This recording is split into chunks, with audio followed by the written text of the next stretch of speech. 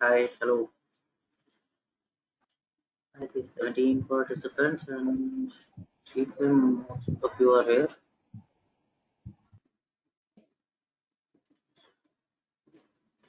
Well, then, I think we are good to go.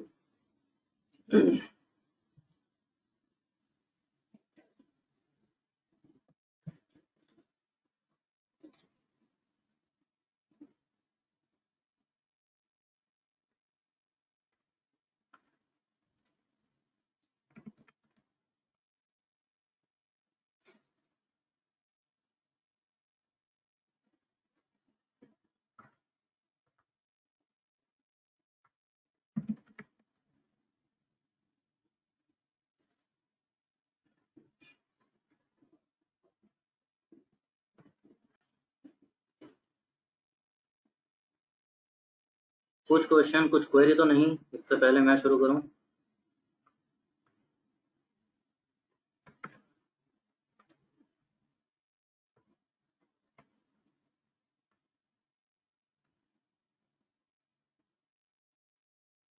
Okay,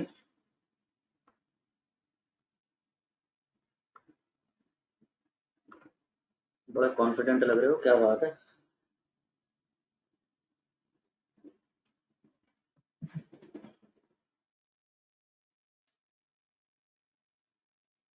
चलो जी, अच्छा है। Last हम बात कर रहे थे, एक एल्गोरिथम आपका लीनियर डिस्क्रिमिनेंट रह जाता है।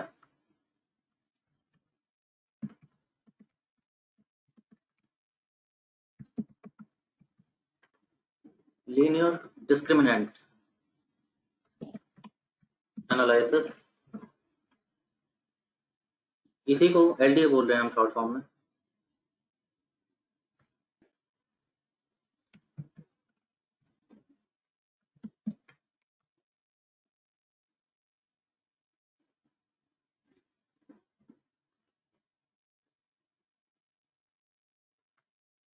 इसको राव फिशर एल्गोरिथम भी बोलते हैं कभी कभी।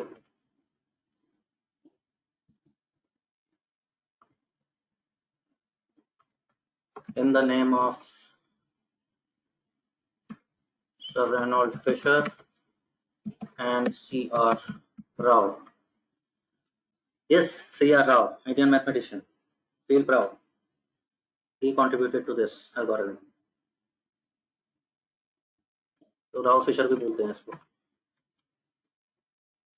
This is another geometric algorithm which works, जिसका बेसिस में ज्योमेट्री ही है but with a twist.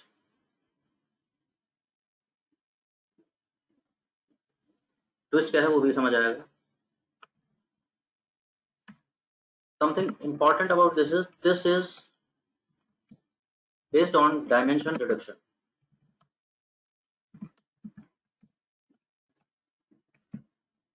It is a dimension reduction technique. वो क्या है?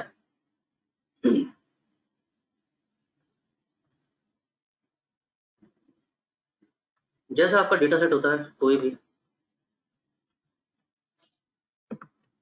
predictor 1, predictor 2, predictor 3,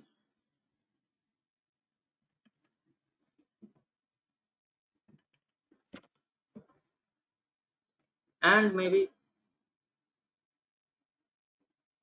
और बहुत सारे। एंड फाइनली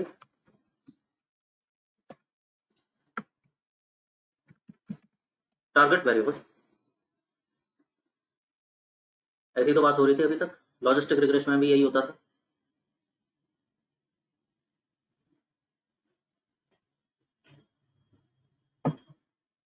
वाई एक्सिस पे टारगेट वेरिएबल और बाकी हर एक्सिस पे एन डायमेंशंस में हम एक इमेजिनरी ज्योमेट्री बना रहे हैं और एक प्रेडिक्टर वेरिएबल हम रखते चले जा रहे हैं।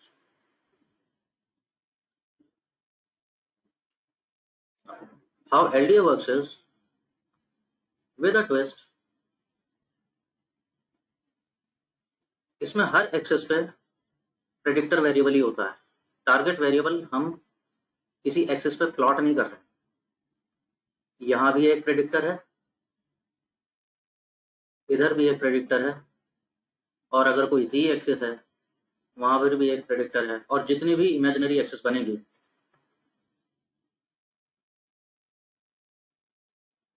कहीं पर भी टारगेट वेरिएबल नहीं आ रहा है, इमेजिनरी एक्सेस तो बनेंगे ही नहीं, उसी से डायमेंशन डिडक्शन होगा।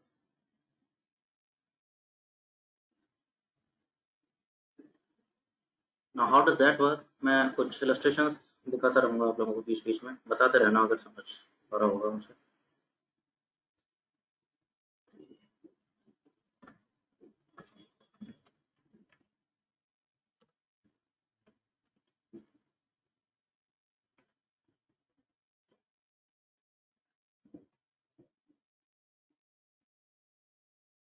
से मेरे पास ऐसा डेटा होता, बैंक का डेटा, मेरे पास और कुछ नहीं पता, मेरे को कस्टमर के बारे में एक ही बात पता है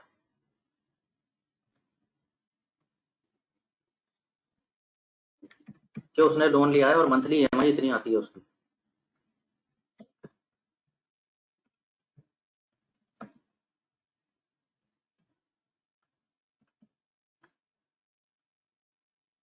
ठीक है,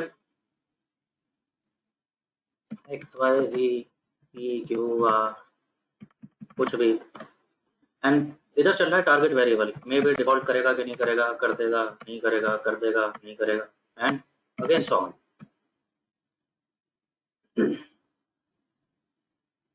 तो सी अगर ज्योमेट्री पे मेरे पास एक ही एक्सेस है और मेरे को टारगेट वेरिएबल रखना भी नहीं है उस पर, मैं कुछ कैसा प्लॉट कर रहा हूँ, ये मैं कैसी ज्योमेट्री देखना चाह रहा हूँ, तो शायद ये कुछ ऐसा दिखेगा।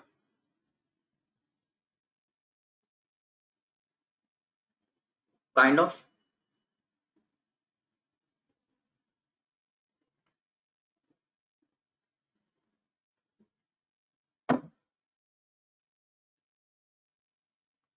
ठीक बात है, सिर्फ एक ही एक्सेस है मेरी, ईएमआई जीरो से स्टार्ट करा है, जहाँ बनती जा रही हैं, कुछ लोग डिफॉल्ट नहीं कर रहे हैं, कुछ लोग डिफॉल्ट कर दे रहे हैं, एंड इस तरह से एक डायमेंशन में मेरे को ऑब्जर्वेशन देखने के लिए मिल रहे हैं। तो this is just one dimension of my data set, एक प्रेडिक्टर।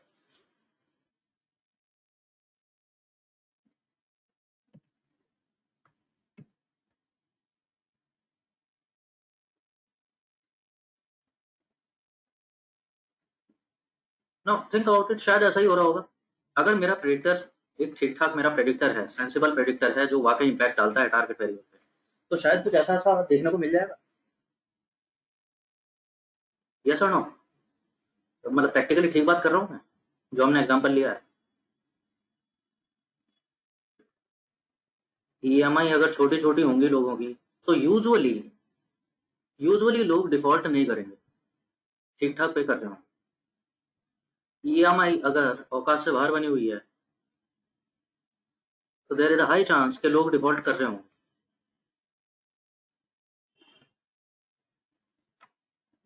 काइंड ऑफ मान के चल रहा हूँ मैं जस्ट एक इमेजिनरी एग्जांपल ले रहा हूँ, इसे बिल्कुल रिलेट मत कर लेना इसी एग्जांपल से। मैं मान के चल रहा हूँ कि मेरा प्रेडिक्टर वेरिएबल कुछ पावरफुल है, कुछ जान तो है उसमें, बताता है मेरे को टारगेट वेरिएबल के बारे में, in this case EMI amount, provided that कि ये अ,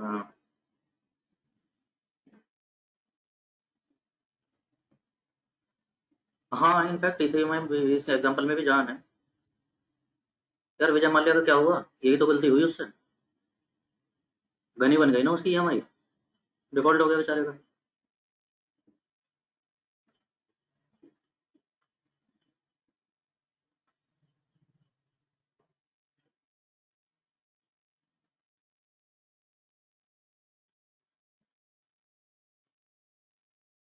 ठीक है, साउंड्स गुड।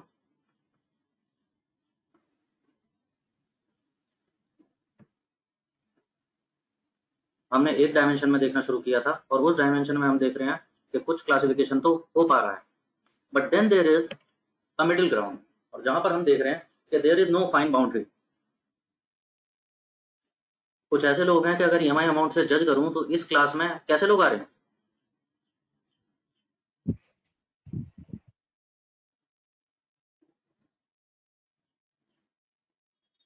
ईएमआई का एक ऐसा ब्रैकेट भी है जिसमें डिफॉल्टर्स भी हैं, नॉन डिफॉल्टर्स भी हैं।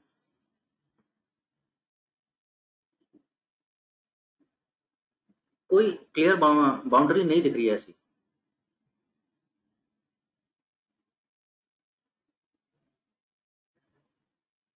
ठीक है, क्या करना चाहिए? अच्छी बात क्या है, मेरे पास सिर्फ एक डायमेंशन नहीं होती जनरली, ये तो हमें मालूम है ना। हमारा डेटा कैसा होता है? I am not bound to predict based on only one predictor. Maybe मेरे पास और भी, maybe loan amount, maybe salary,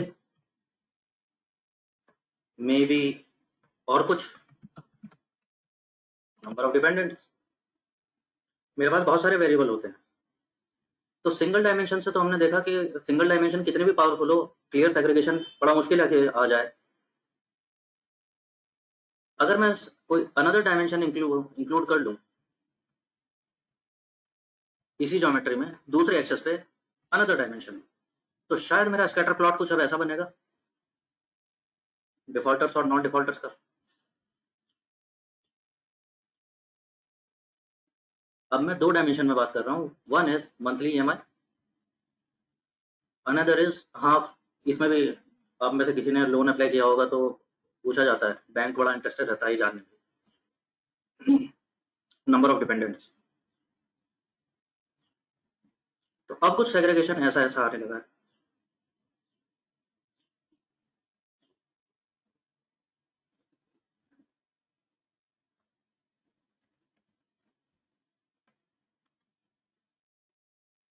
think about it, यहाँ पर अगर मैं कितना भी अच्छा सेपरेट क्यों ना कर रहा होता है इसको, या तो मैं शायद यहाँ पर सेपरेटर मान रहा होता है इसको, या यहाँ पर मान रहा होता, या यहाँ पर जहाँ पर भी मान रहा होता गलती कर रहा होता। कुछ डिसीजन तो निश्चित गलत हो रहे होते, इस साइड या उस साइड।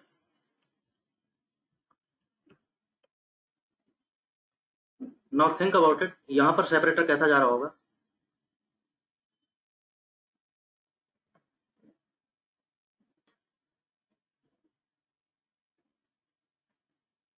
कुछ बेहतर है पहले से स्थिति?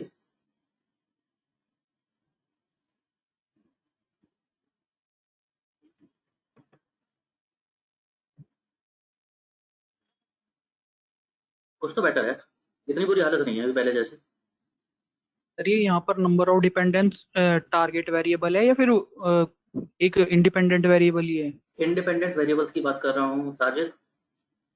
मैं वही बता रहा था कि एक्सेस पे, दोनों एक्सेस पे जब आप रिग्रेशन मॉडल कर रहे थे तो क्या करते थे?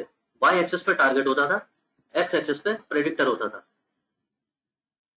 तो वही एक ट्रिक है एलडीए में कि हम कह रहे हैं कि दोनों ही एक्सेस पे हमारा प्रेडिक्टर वेरिएबल है, और उसके बेसिस पे अगर मैं स्कैटर प्लॉट देख रहा हूँ,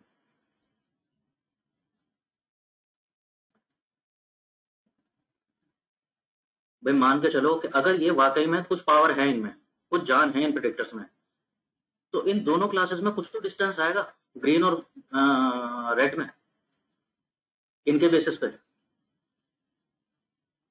कुछ तो डिफॉल्टर्स डिफरेंट कर रहे होंगे इन जगह पे देन नॉन डिफॉल्टर्स,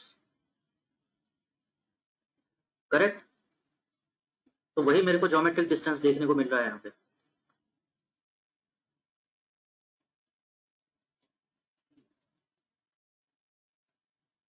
तो चलो अच्छी बात है, लेकिन वेरिएबल तो मेरे पास और भी है, उसे कहाँ ले जाऊँ? Monthly EMI X axis, number of dependent Y axis, से मेरे पास एक और वेरिएबल भी है, से सैलरी। तो वो कहाँ जाएगा? जी एक्सेस पे। और फिर चौथा वेरिएबल वो कहाँ जाएगा?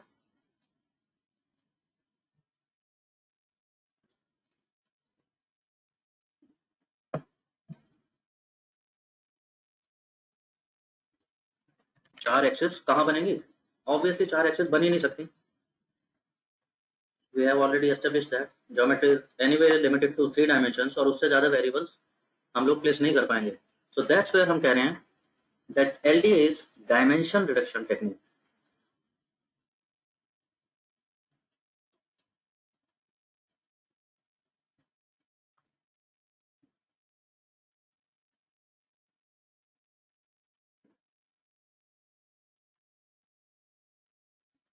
हम क्या बोल रहे हैं रादर देन हम ऐसे एक एक एक्सेस पे एक एक वेरिएबल रखते जाएं, तो वो तो कब तक रखेंगे, इमेजिनरी ज्योमेट्री में चले जाएंगे।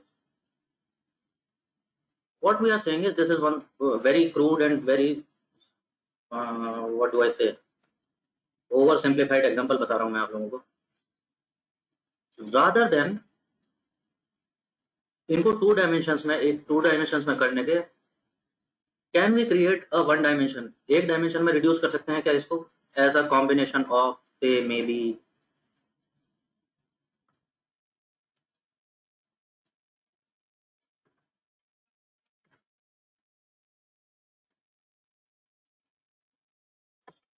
रादर देन हम एक्स एक्सिस और वाई एक्सिस बात करने के, we are creating X dash axis which is kind of combination of x and y axis here.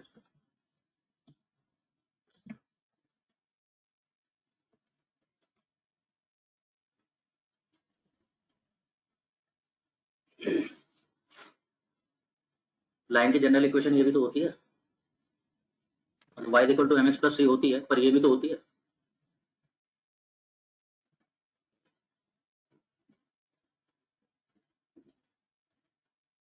ठीक है जी, हाँ ना बोलते रहो यार।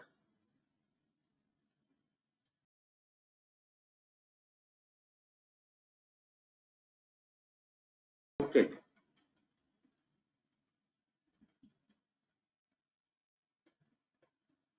अबे क्या बात कर रहे हो, माय गुडनेस।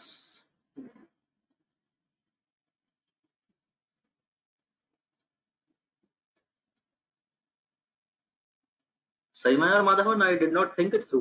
मैंने बिल्कुल सोचा नहीं कि ऐसा भी। सर बिल्कुल ही एकदम ना सिमिलर सिमिलर कलर चूज कर लिया, मेरे को वैसी दिक्कत होती है तो बहुत ही, अभी तो बहुत ही कंफ्यूजन हो रही है कौन सा कलर कहाँ पर है पता नहीं। तेरे को वाकई में रेड और ग्रीन है, ये डिफरेंशिएट नहीं हो पा रहे। मतलब हो रहे हैं बहुत, मतलब दिक्कत हो रही, कंफ्यूजन हो रही है बहुत मेरे को, ऐसे ये है दिक्कत ऐसे। Okay, got it, but what do I do, अभी क्या करूं। अभी मैंने सारे इलस्ट्रेशन भी यही वाले लिए हैं। कोई बात नहीं सर, कोई बात नहीं। तो मैं एक काम करता हूँ माधवन, मैं चल अभी जीजी प्लॉट बनाऊंगा ना, तो कोशिश करूंगा हाँ तेरे चॉइस के कलर ले लूंगा उसमें। ठीक है सर, ठीक है हो गया। ओके,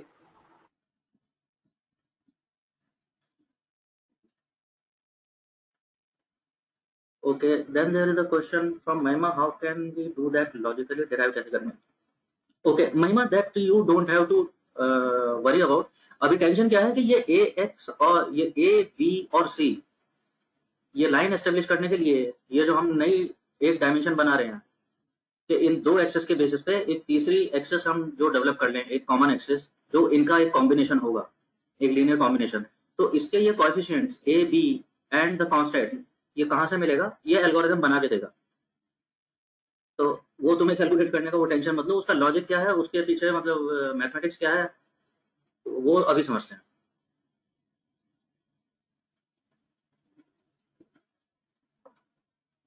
रेड एंड ब्लैक कर तो आकृति, ये पीएनजी फाइल है, इसमें मैं तो कुछ कर नहीं सकता। मैं जीजी प्लॉट बना रहा होता तो बना देता जैसे मर्जी।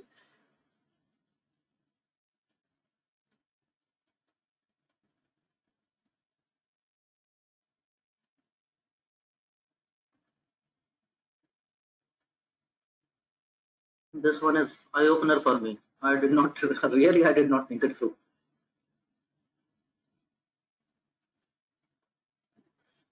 चलो anyway, please bear with me. अगर ये प्रॉब्लम है, I will think about it. कुछ और देख सकता हूँ, कुछ और इलस्ट्रेशन देखा। For now ठीक है। और ऐसा अगर मैं कॉमन एक्सिस एक ऐसा डेवलप हो जाए,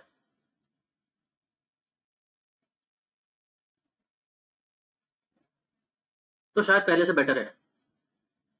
अभी ज्यादातर नॉन डिफॉल्टर्स एक तरफ हैं, ज्यादातर डिफॉल्टर्स एक तरफ हैं।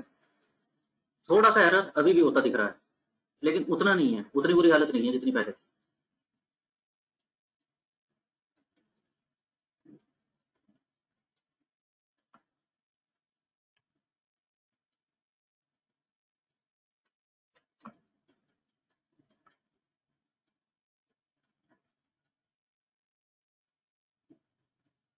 नाउ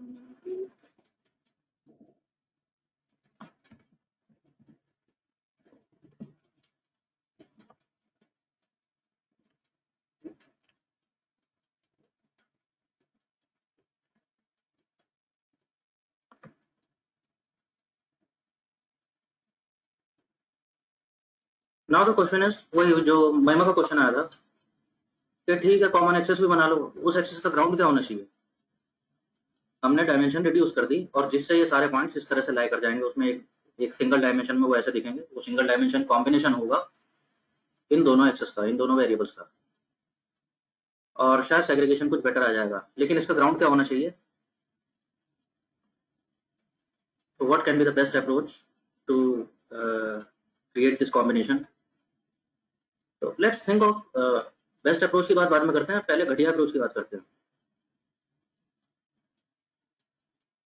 मे बी एक अप्रोच जो हम पहले करते थे, अगर वाई एक्सेस नहीं होता तो ये सारे डेटा पॉइंट्स एक्स एक्सिस पे ही रखे होते, एक ही वेरिएबल जो हमने पहले लिया था, मंथली ईएमआई।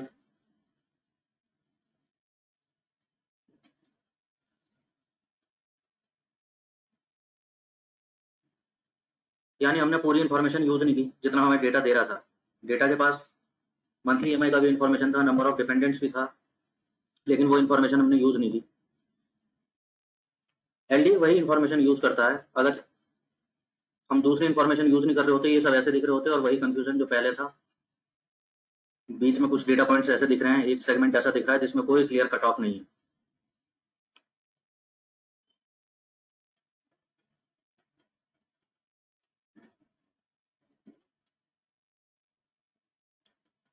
अगर कॉम्बिनेशन कुछ ऐसा आता,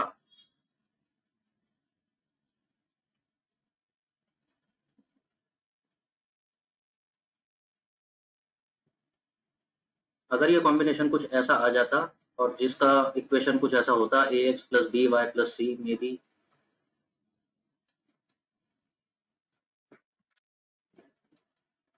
तो डेटा पॉइंट्स कैसे दिखते हैं?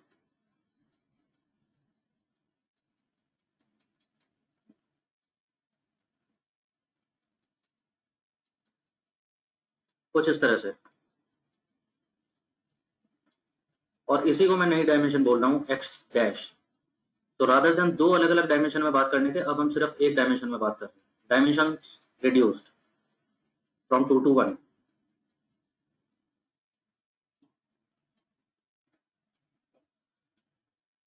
माइंड ब्लोन महिमा, मतलब माइंड ब्लो दो तरह से होता है कि एक तो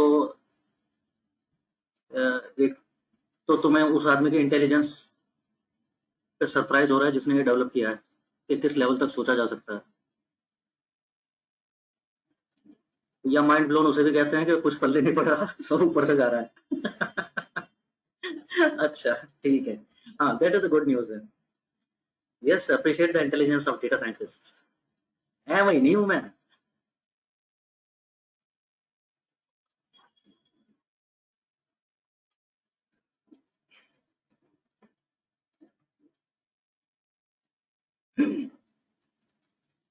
चलो, चलूं आगे।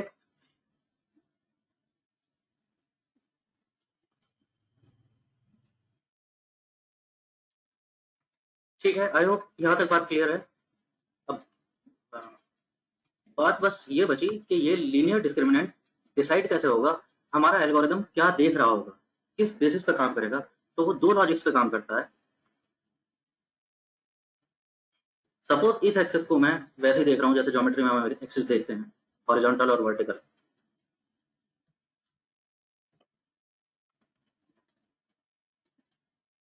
तो हमारा एल्गोरिदम ये एक्सेस कैसे आइडेंटिफाई करेगा, इसके कोएफिशिएंट कैसे कैलकुलेट करेगा। थिंक अबाउट इट, दो क्लासेस हैं मेरे ट्रेनिंग डेटा में, नॉन डिफॉल्टर्स, डिफॉल्टर्स। तो एक तो मेरे एल्गोरिदम की कोशिश होगी कि इनका जो मीन वैल्यू होगी, प्रेडिक्टर वेरिएबल जैसे था ईएमआई,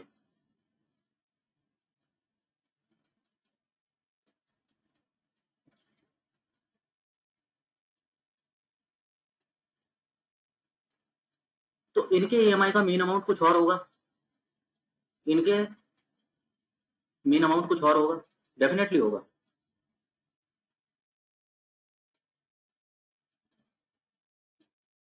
करेक्ट बात है, तभी तो डिफरेंशिएट कर पा रहे थे। तो वो इसी को ग्राउंड बनाता है। हमारा एल्गोरिथम बिहाइंड द स्क्रीन यही मैथमेटिक्स प्ले करता है कि इनका मीन और इनका मीन, इसमें जो डिस्टेंस है वो तो वो जितना ज्यादा पॉसिबल मैक्सिमाइज कर पाए।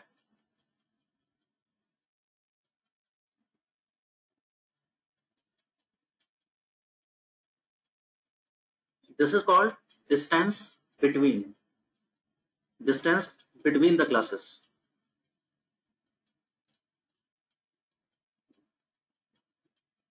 तो ये मीन जितना दूर होगा उतना अच्छा है ना, इसका मतलब क्लासेस में डिफरेंस है। एट द सेम टाइम वो एक चीज और कंसिडरेशन में लेता है,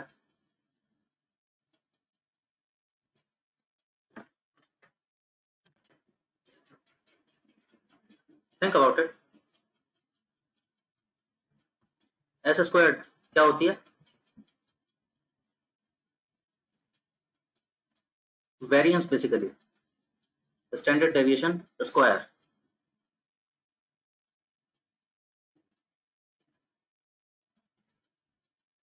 एट द सेम टाइम वो क्या देख रहा है, इन मीन में डिस्टेंस जितना ज्यादा हो उतना अच्छा है। लेकिन थिंक अबाउट इट, अगर मैं सिर्फ ग्रीन क्लास की बात कर रहा हूं, इस मीन वैल्यू से इसके पॉइंट्स का डिस्टेंस जितना जितना कम होगा, ग्रीन पॉइंट जितने कम दूर पड़े होंगे इसके मीन वैल्यू से, उतनी अच्छी बात होगी ना ये।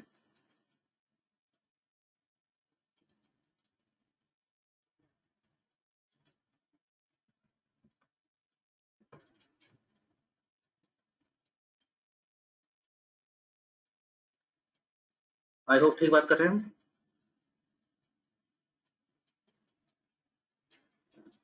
So that was distance between, which was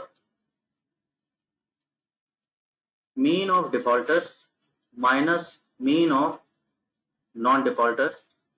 इस डिस्टेंस की बात कर रहे हैं। And then there is distance within the classes, which is S squared. तो ग्रीन क्लास का एस स्क्वायर्ड, ये जितना कम हो, प्लस रेड क्लास का एस स्क्वायर्ड, यानी डिस्टेंसेस।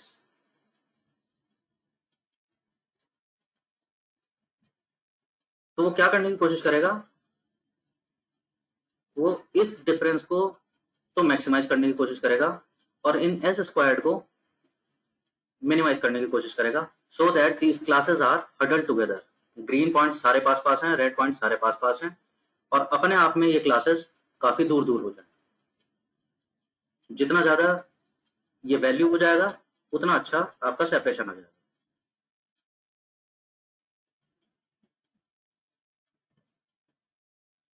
तो मैथमेटिकली उसको हम ऐसा लिख रहे हैं।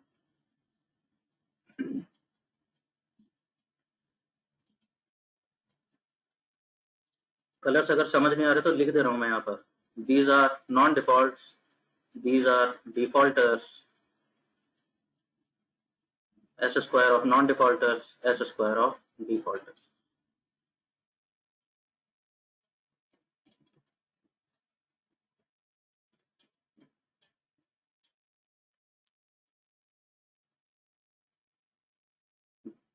डिफॉल्ट, नो सॉरी, उल्टा लिख दिया, actually non defaults.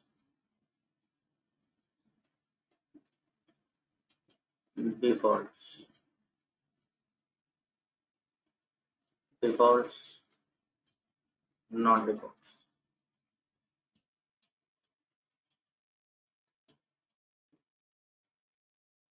Think about it, ये जो वैल्यू है इसकी हम क्या बात कर रहे हैं, इसका नॉमिनेटर तो हम चाह रहे हैं मैक्सिमाइज करना,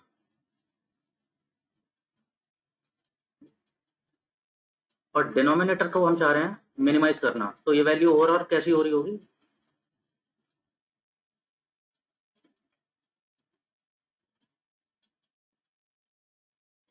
इन अदर वर्ड्स इस वैल्यू को, इस पैरामीटर को हम मैक्सिमाइज करना चाह रहे हैं।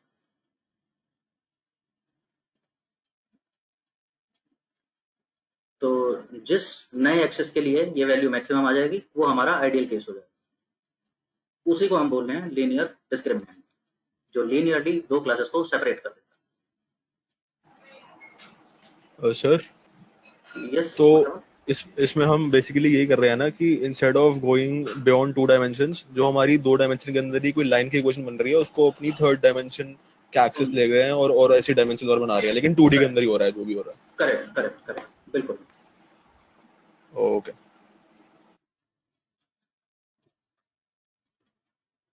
ठीक है, तो हमने देखा 2 डायमेंशंस को हमने रिड्यूस करके एक इक्वेशन बना दी, एक नई डायमेंशन बना दी, which is essentially ax plus by plus c। तो मेरे पास चाहे कितने भी प्रेडिक्टर क्यों ना हो, मैं ऐसी नई डायमेंशन एनी डे बना सकता हूं। वो कैसे बना रहा हूंगा? अगर मेरे पास 6 प्रेडिक्टर वेरिएबल होते तो कैसे बना रहा होता? May be ax1 plus bx2 and so on. ठीक बात है ना? स्लोप तो सबका सेम ही सर, स्लोप तो सबका सेम ही रहेगा ना। स्लोप सबका सेम रहेगा, क्यों? हाँ, जो आप ए बी ले रहे हो, क्योंकि एक ही लाइन पे आ गए सारे वेरिएबल।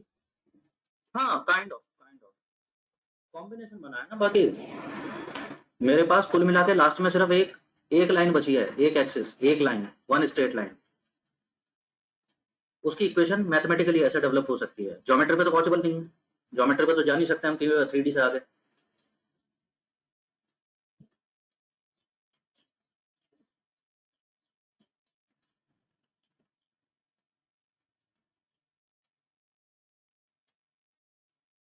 ठीक है जी, अगर यहाँ तक ठीक है तो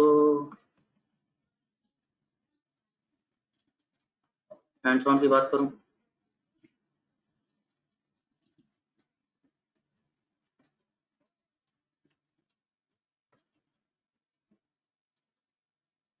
तो ये वैल्यू मैक्सिमाइज करने की बात कर रहे थे, और दोनों बातें क्यों इंपॉर्टेंट है, एक इलस्ट्रेशन और दिखा दे रहा हूँ। सिर्फ मीन को मैक्सिमाइज करना कि मीन में डिफरेंस है वो तो ठीक है, लेकिन ये वेरिएंस विद इन क्लासेस भी कम हो जाए तो उससे क्या फर्क पड़ेगा, देखते हैं। आई होप इससे कुछ क्लियर हो पाएगा।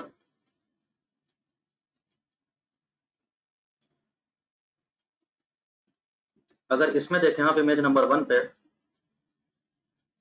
तो दोनों क्लासेस का मीन काफी डिफरेंट डिफरेंट जगह पर है।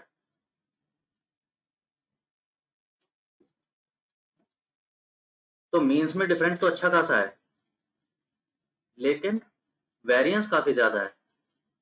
क्लासेस ज्यादा पास पास नहीं है, काफी फैली हुई है मीन वैल्यू से। अच्छा सेपरेशन नहीं आ पाएगा।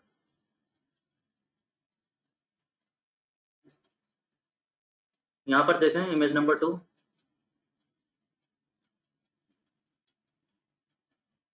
व्हाट डू यू से?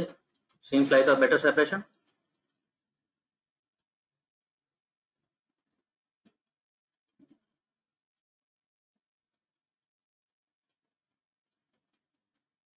अगर दोनों के मीन वैल्यू देख रहा हूँ, इनमें भी काफी डिफरेंस है, और जब विद इन क्लास देख रहा हूँ तो विद इन क्लास वेरिएंस काफी कम है। तो सेपरेशन देखने में काफी अच्छा लग रहा है।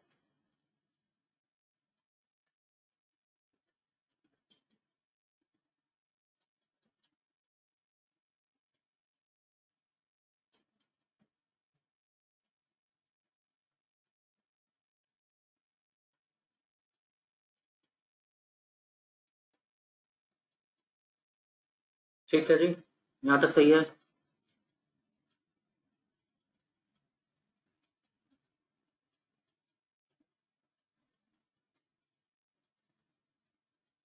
ये हमने बात की है कैसे टारगेट वेरिएबल की, वही हमारा पुराना binary, default and non default.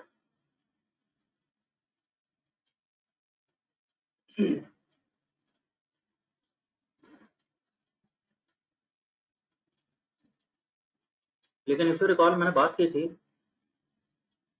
कि लीनियर डिस्क्रिमिनेंट मल्टीनोमियल टारगेट पे भी काम करता है, जो लॉजिस्टिक रिग्रेशन नहीं कर पा रहा था।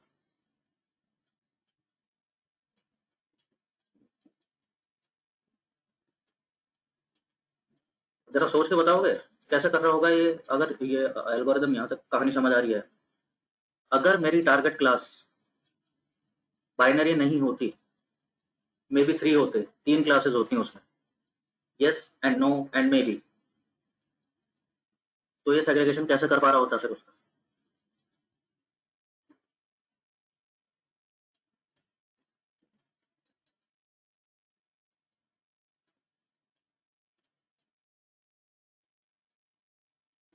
यस,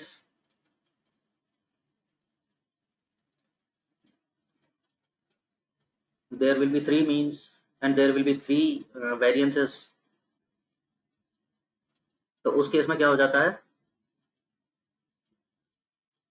उस केस में मेरे को 2 एलडीए लगते हैं, 2 लीनियर डिस्क्रिमिनेंट चाहिए होंगे, this kind of.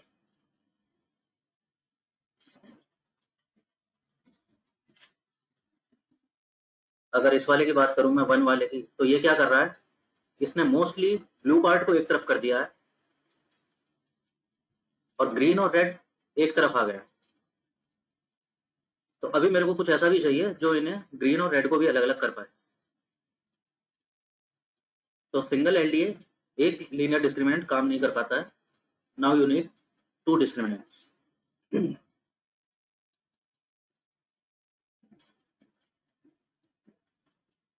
Now can you think of, अगर मेरे टारगेट क्लास में 5 लेबल्स होते, my target variable is a multinomial with 5 categories, तो कितने एलडी बन रहे होंगे? How many LDs will be required?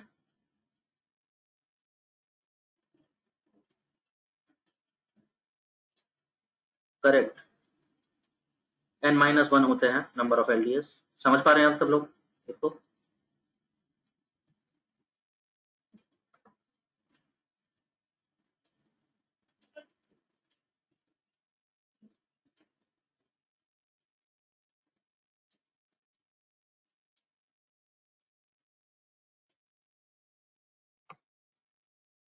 Very well then, एक पैकेज इंस्टॉल कर लेंगे आप, MASS मास।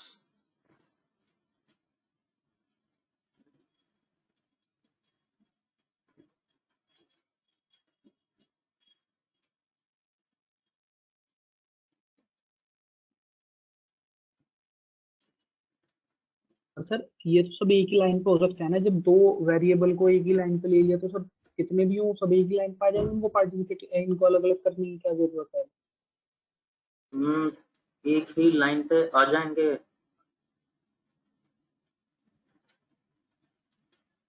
सर जैसे y की डिस्टेंस 0 कर दी थी तो सब x पे आ गए, इसी तरह से हाँ बाकी सभी वेरिएबल्स की डिस्टेंस 0 हो जाएगी तो सभी एक ही लाइन पे आ जाएंगे। तो हाँ, आ भी ब्लू सकते हैं। रेड, ब्लू रेड ग्रीन, तो हमें वो दूसरी जो लाइन हमने ये बीच में से कट की इसकी जरूरत ही नहीं है। दिखा रहा हूँ, दिखा रहा हूँ,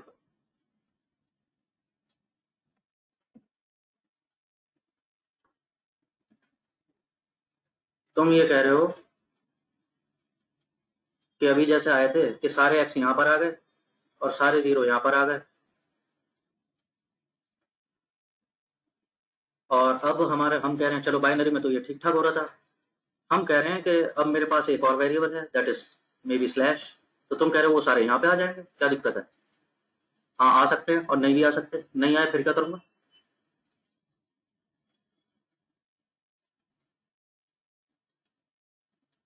इसलिए कह रहा हूँ कि मैं एक एलडी पे काम नहीं कर रहा,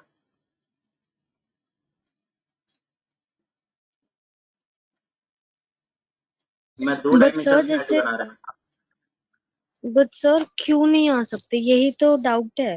हूँ। क्यों नहीं आ सकते? Yes sir. तो ओके सर चलो भाई। शुरुआत में तो हम इमेजिनेशन ही तो कर रहे थे कि जो मिनिमम वाले हैं वो डिफॉल्ट नहीं करेंगे, जो मैक्सिमम वाले लोन ले रखा जिन्होंने वो डिफॉल्ट करेंगे, हाँ तो ये चलो, सब इमेजिनेशन में ही तो किया हमने। करेक्ट, अभी रुको देखते हैं, देखते हैं, अभी हैंड्स ऑन में देखते हैं।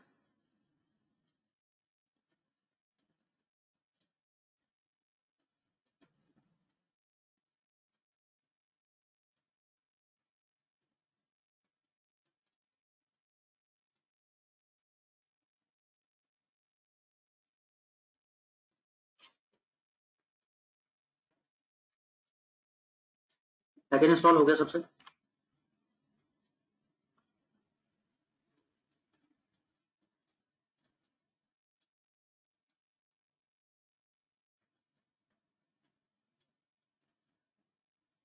ओके, कल वाला डेटा सेट उठा लीजिए, वाइंस वाला, कल जो हम डिसीजन ट्री तक बना के देख रहे थे,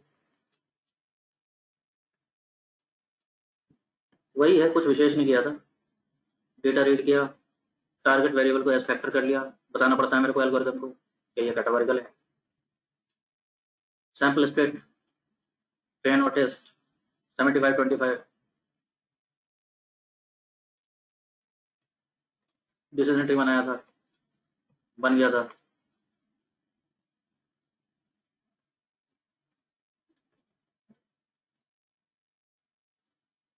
all in all overall accuracy was 0.8182, अच्छी खासी थी।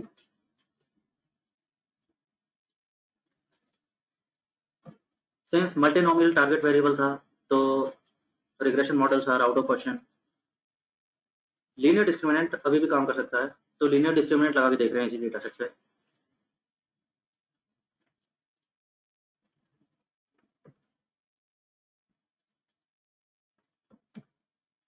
Here is the code. MASS package चाहिए because LDA model MASS package से मिलता है हमें।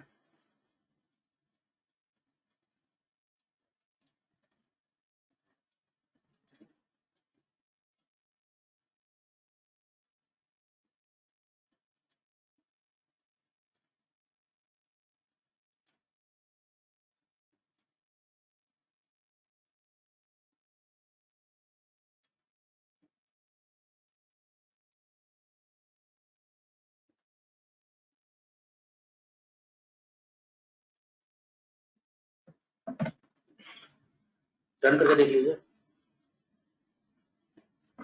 कुछ विशेष समझने को है नहीं इसमें। मॉडल बनाने की फॉर्म आप लोगों को ऑलरेडी मालूम है, target tilde dot data is equal to train. LDA model सीधे रन करके देखा, थोड़ा सा डिफरेंस है।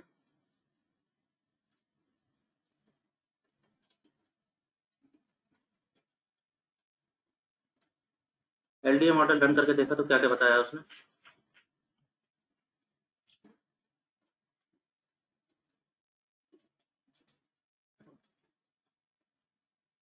First thing is prior probabilities of the group. This is nothing but the percentage कि जो आपका जो ट्रेन डेटा है उसमें कितनी वाइन टाइप 1 है, कितने परसेंट वाइन टाइप 2 है, कितना फ्रैक्शन वाइन टाइप 3 का है।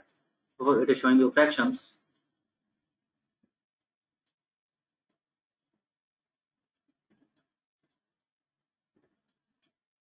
Then it is telling you group means, वही जो हम देख रहे थे अभी।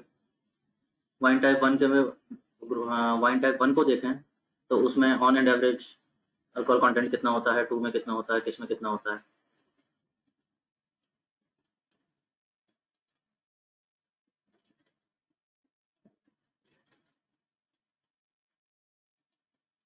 Then it is telling you coefficients of linear discriminants. You see that LD1, LD2 हमारे टारगेट क्लास में 3 कैटेगरीज थी, वाइन टाइप 1, 2 एंड 3। तो हम अभी बात कर रहे थे कि n-1 LD बनते हैं, तो 2 LD बने हैं।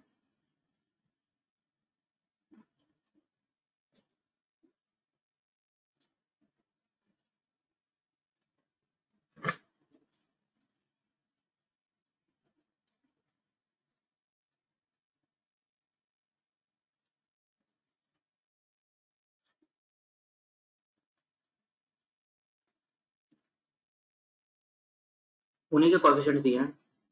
रिमेंबर हम बात कर रहे थे ax plus by plus c। मैं बोल रहा था कि कोएफिशिएंट की टेंशन मत करो, वो तो एल्गोरिथम दे देता है। तो वही बता रहा है वो आपके इक्वेशन में a into x1 plus b into x2 वो कोएफिशिएंट क्या क्या होने वाले हैं। तो आपके जो वेरिएबल्स है alcohol, malic, ash, alkalinity, this and that. तो इन डायमेंशंस के फॉर्म में आपने कितने डायमेंशंस रिड्यूस कर दिए? आपके पास अवेलेबल थे कुछ 10-12 डायमेंशंस, उनका कॉम्बिनेशन बन गया है LD1 और LD2।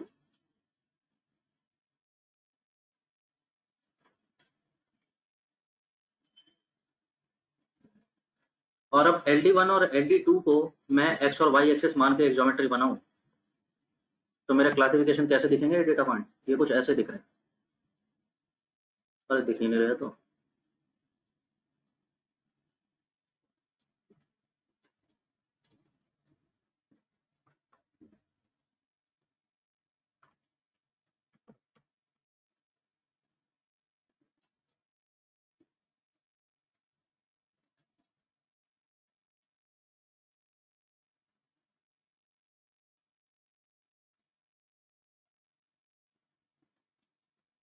नीचे देख पा रहे हो LD1 LD2 जैसे x एक्सिस और y एक्सिस प्लॉट होती थी, तो उन एक्सेस की ये जो नई एक्सेस हमने दो डेवलप की हैं उनके टर्म्स में इनका डिस्टेंस कैसा कैसा है, किस तरह से सेपरेट हो रही है दोनों क्लासेस।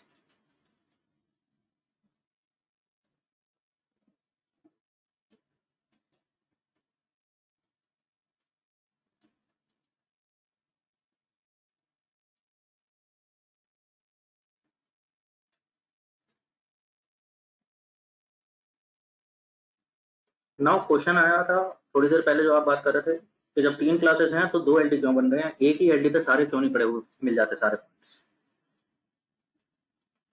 सपोज ये सारे एक ही एक्सिस पे होते,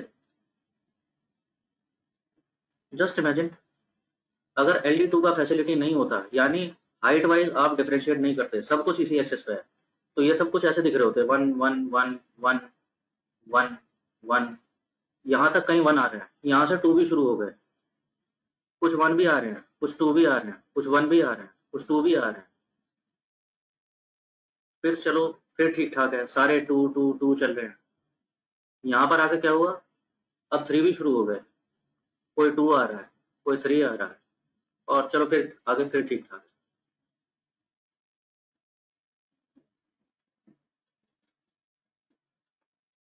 आई थिंक समझ पा रहे हो आकृति, साजिद, एक LD से काम क्यों नहीं चल पाया? चल भी सकता था, अगर सारे मेरे बहुत अच्छे अच्छे गैप पे पड़े होते शायद चल भी जाता।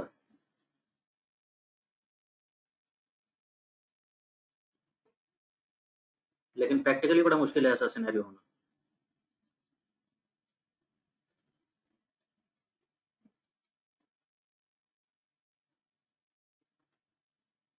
But when I have 2 LDs, अब बड़ा क्लियर है डिस्टेंस, दिख रहे हैं ना, साफ साफ चंक्स बनते हुए।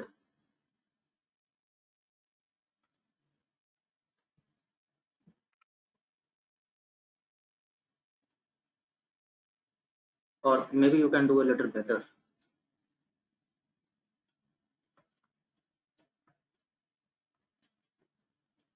प्लॉट में ही आप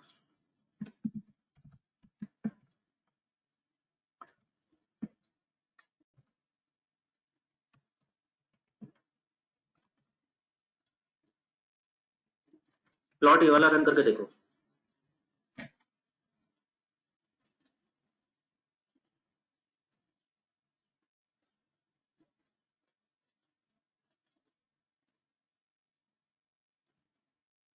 हाँ जी माधवन, अगर मेरे पास टारगेट क्लास में 4 कैटेगरीज हैं तो 3 LD बनेंगे, 3 LD बनेंगे तो 3 डायमेंशन बनने लगेगी ज्योमेट्री। फिर प्लॉट काम नहीं करेगा जो अभी देख पा रहे हो।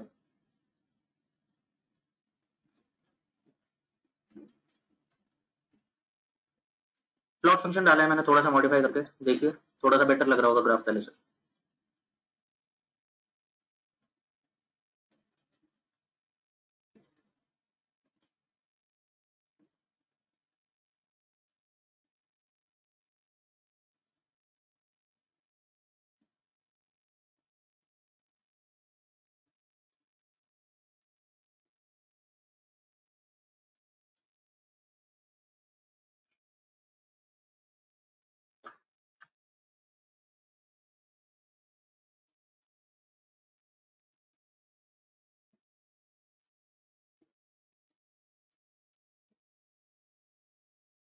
ठीक है जी, तो ये आपका मॉडल था, इस तरह से तो एसेंशियली 3 क्लासेस को सेग्रीगेट करना है तो एक प्लेन बनेगा, 2 क्लासेस को सेग्रीगेट कर रहे होते, एक एलडी सिंपल लाइन, उससे काम हो गया था।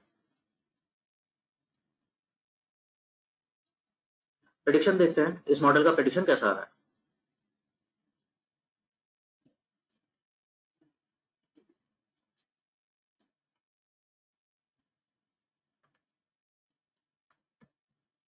थोड़ा सा अलग एल्गोरिथम है, थोड़ा सा आउटपुट में भी डिफरेंस है।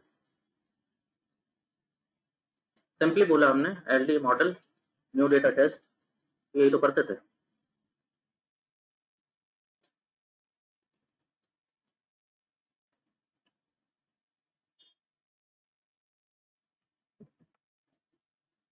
इसका आउटपुट देखोगे, व्हाट डू यू सी, इसका आउटपुट किस फॉर्म में आया है, एलडी का प्रेडिक्शन किस फॉर्म में आया है। यूजुअली हमने देखा था कि या तो सिंगल कॉलम होता था, सिंगल वेक्टर, या डिसीजन ट्री ने मैट्रिक्स दे दिया था, प्रोबेबिलिटी का मैट्रिक्स। यस, इसका आउटपुट लिस्ट आता है और हमें लिस्ट का किस एलिमेंट से मतलब है, द क्लासिफिकेशन, क्लासेस जो उसने प्रेडिक्ट करके बताइए।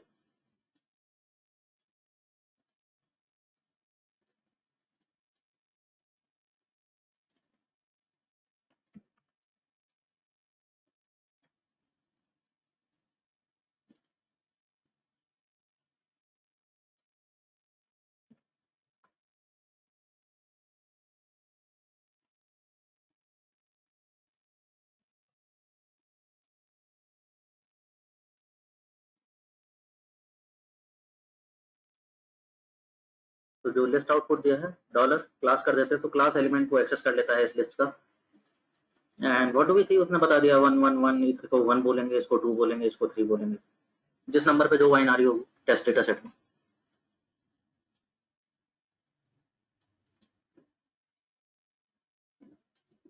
टाइप 1, टाइप 2, टाइप 3,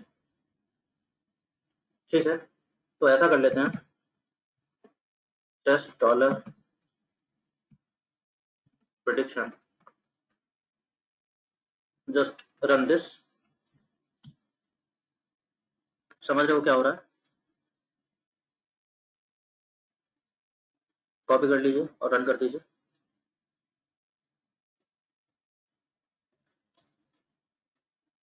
कुछ नहीं कर रहा हूँ, मैं कह रहा हूँ टेस्ट डॉलर में बना, टेस्ट डेटा सेट में बना दो ना एक कॉलम ऐसा।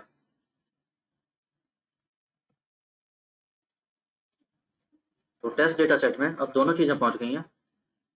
एक्चुअली जो उसका टाइप था वो तो ऑलरेडी था, एंड हम क्या प्रेडिक्ट कर रहे हैं, हमारा एलडीए क्या कह रहा है उसके बारे में, वो प्रेडिक्शन भी पहुंच गया।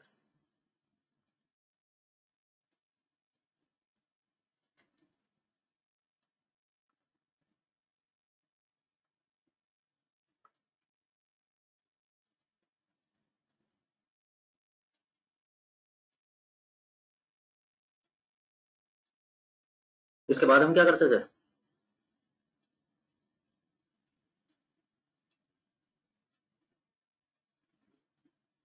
हाँ जी प्रेडिक्शन भी है, एक्चुअल्स भी हैं। क्या करना है,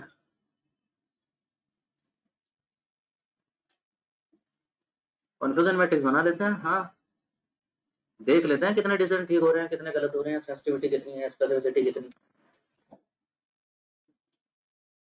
देखिएगा जरा कितनी कितनी आई है किसकी, बताना जरा।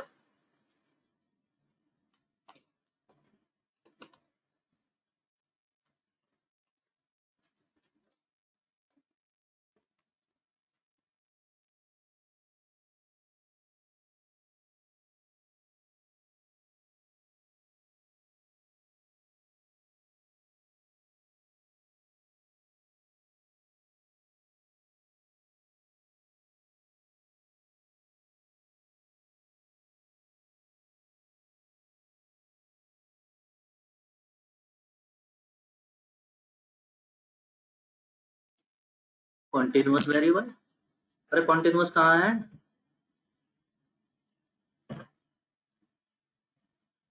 अरे वाइन टाइप की बात कर रहे हैं आकृति, क्या हो गया, वाइन टाइप 1 है कि 2 है कि 3 है, ये कॉन्टिन्यूअस कब से हो गए।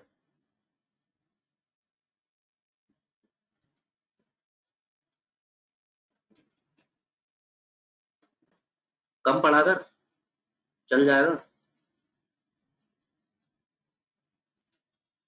जितना मैं पढ़ा रहा हूँ उतना ही पढ़ ले, बस बहुत है।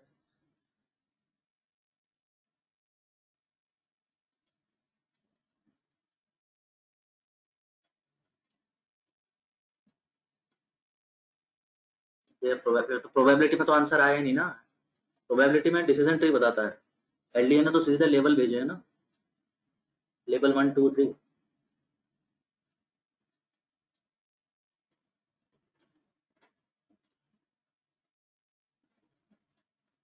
कुछ लोगों की कॉन्फ्यूजन मैट्रिक्स बन गई है। Accuracy 1, sensitivity 1, specificity 1। हाँ जी, ऐसा ही कुछ हो रहा है।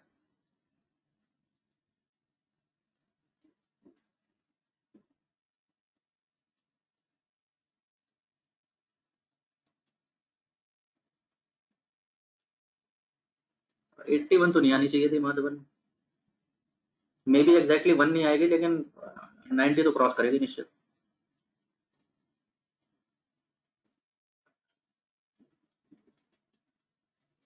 कुछ गलत हो गया है।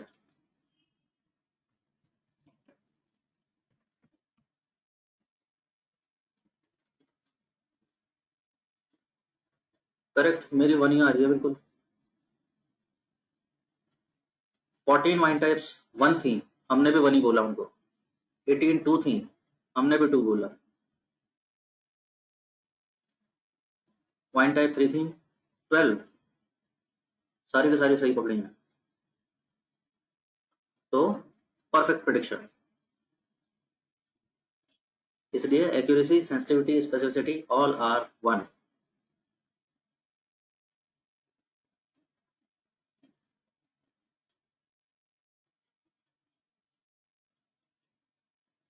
ठीक है जी, अच्छा एल्गोरिथम है, बढ़िया बनाया है राव साहब ने।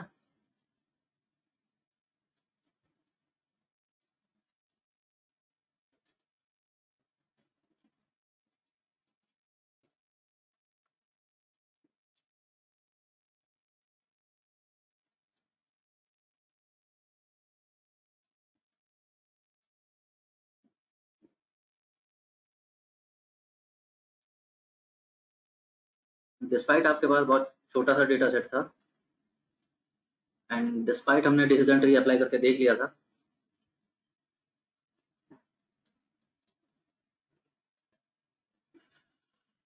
Yes, kind of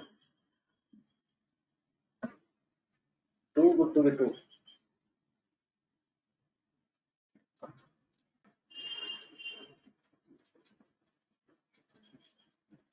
but perfect prediction दे रहा है एलडी एल्गोरिथम। तो कल मैंने बोला भी था, ऐसा said it is highly sophisticated, highly accurate algorithm.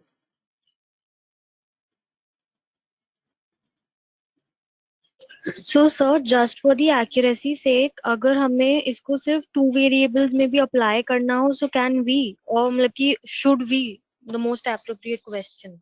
हाँ बिल्कुल, एलडीए मल्टीनोमियल पे काम करेगा, इसका मतलब ये नहीं है कि बाइनरी पे नहीं करेगा, बाइनरी पे भी करेगा, वो तो करेगा ही करेगा।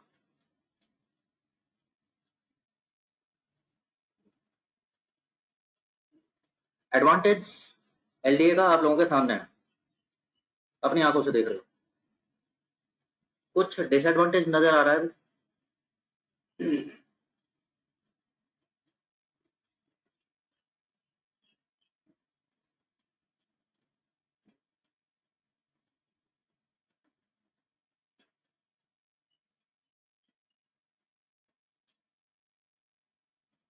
कुछ डिसएडवांटेज देख पा रहे हो इसका?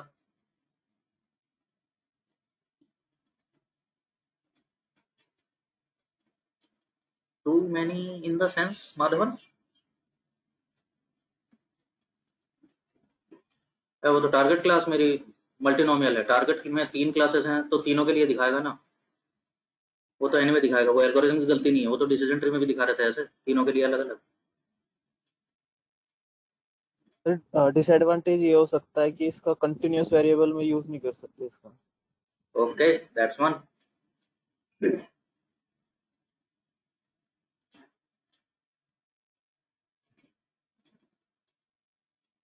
Point accuracy in the sense प्रेम समझाने में?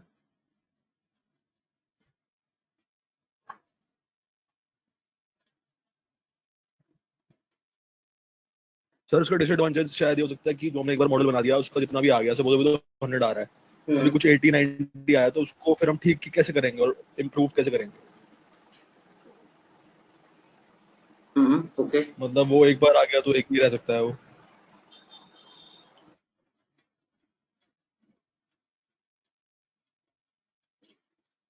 ओरिएंटेशन डिपेंडेंट है, yes in a way, that's another limitation of LDA.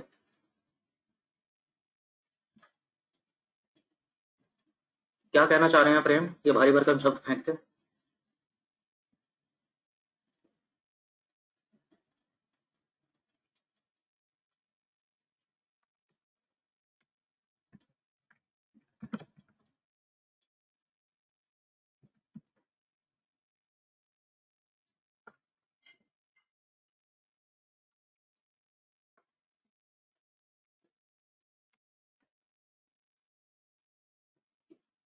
ऐसी बात नहीं है कि इसके लिमिटेशन नहीं है, इसके भी कुछ लिमिटेशन है। इसके वो सारे लिमिटेशन हैं जो ज्योमेट्री बेस्ड एल्गोरिथम के होते हैं।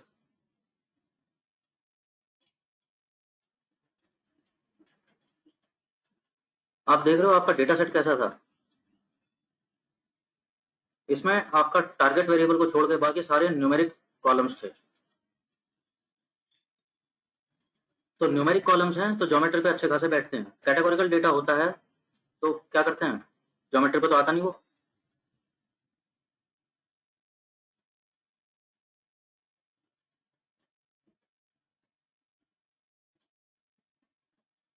क्या करते थे हम कैटेगोरिकल डेटा का ज्योमेट्री बेस्ड एल्गोरिथम के लिए?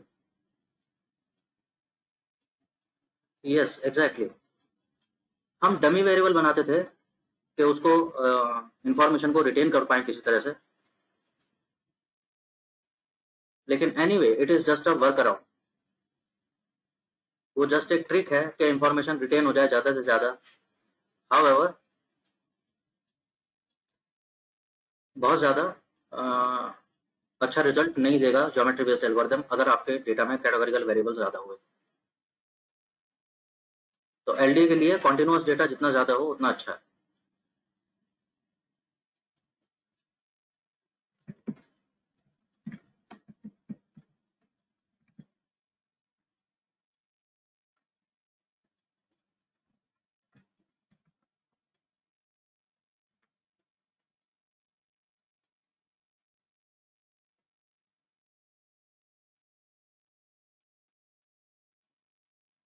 So that's one limitation. Second हाँ जी, और क्या प्रॉब्लम थी ज्योमेट्री बेस्ड में? जितनी भी थी,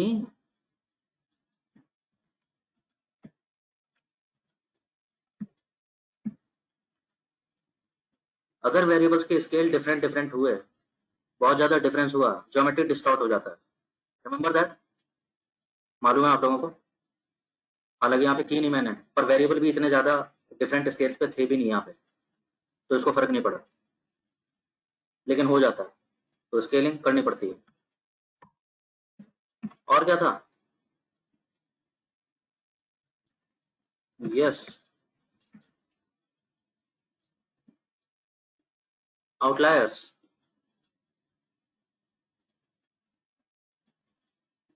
अगर आपके डेटा सेट में आउटलायर्स हुए,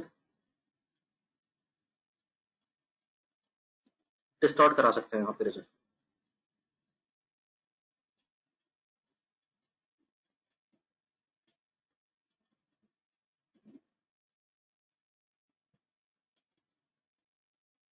ठीक है, तो स्केल अगर वेरिएबल एक ही सिमिलर स्केल पे हैं बहुत अच्छी बात है, अगर नहीं है तो स्केलिंग करना पड़ेगा। आपका डेटा अगर मोर और लेस नॉर्मली डिस्ट्रीब्यूटेड है तो बहुत अच्छी बात है। In fact that is one assumption of LDA.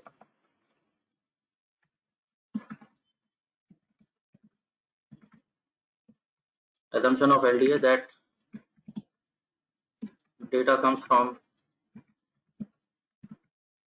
normal distribution। बहुत ज़्यादा डिस्टॉर्शन नहीं होना चाहिए डेटा में, अदरवाइज ज्योमेट्री विल फ्लंक।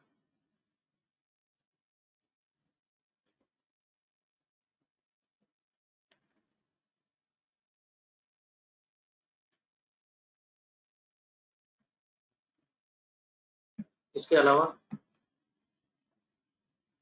और कुछ समझ आ रहा होगा अभी? In fact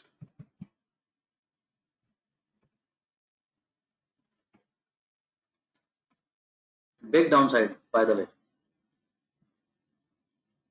big downside.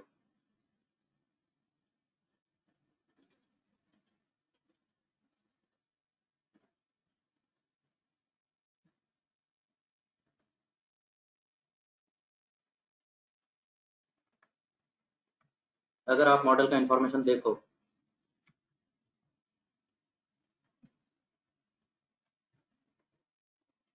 मतलब देख लो, अपने स्क्रीन पे भी देख लो,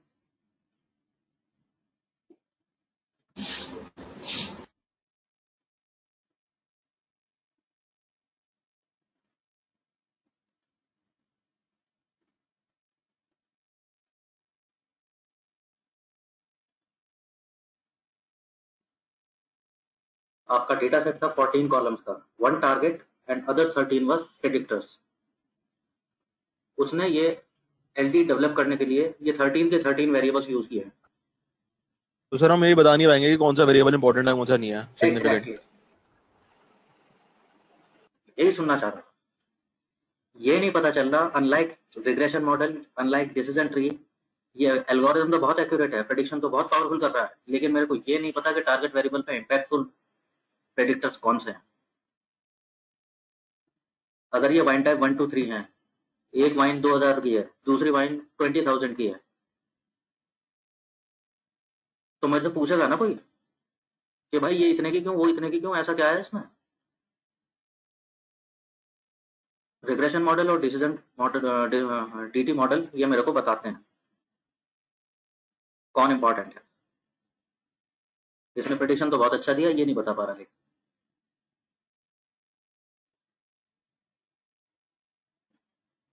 ठीक है, तो हम क्या करेंगे क्लाइंट के साथ, हम प्रेडिक्शन देंगे एलडी से और इंपॉर्टेंट वेरिएबल बताएंगे डिसीजन ट्री से। शाने हैं।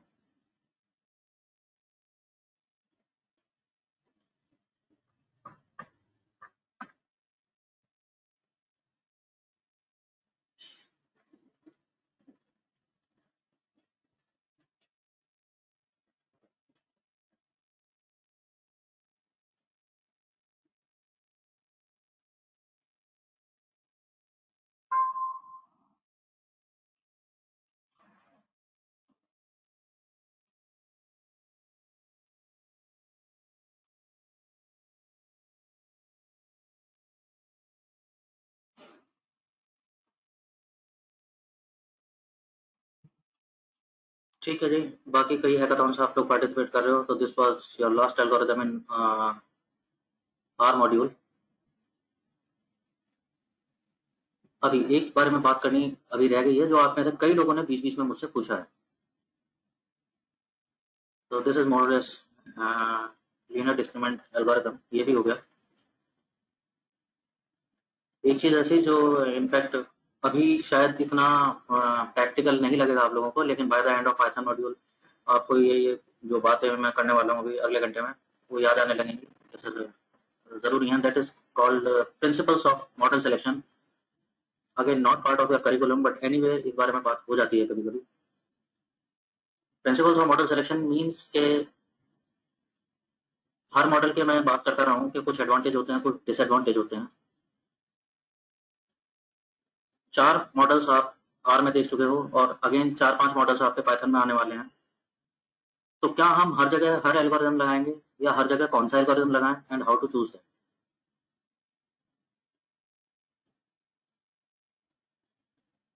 ठीक है जी, ये क्वेश्चन किया था कई लोगों ने, बात कर लें इस बारे में भी थोड़ी सी।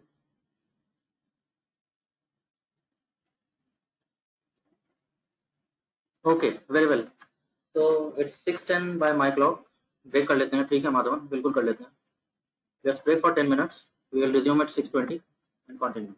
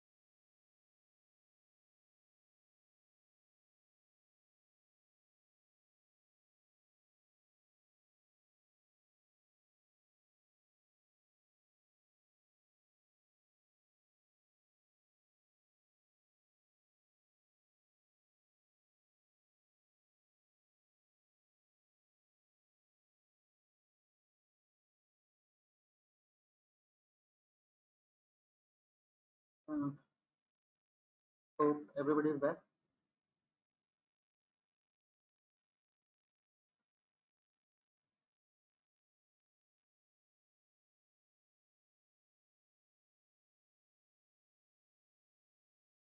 Shall I begin? Shall I begin?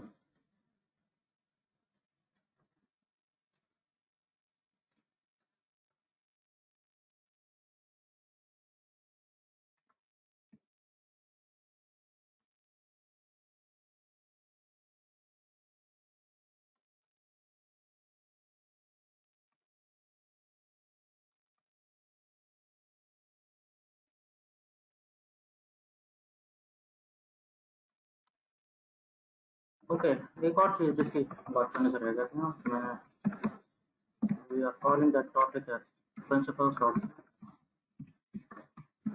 Model selection.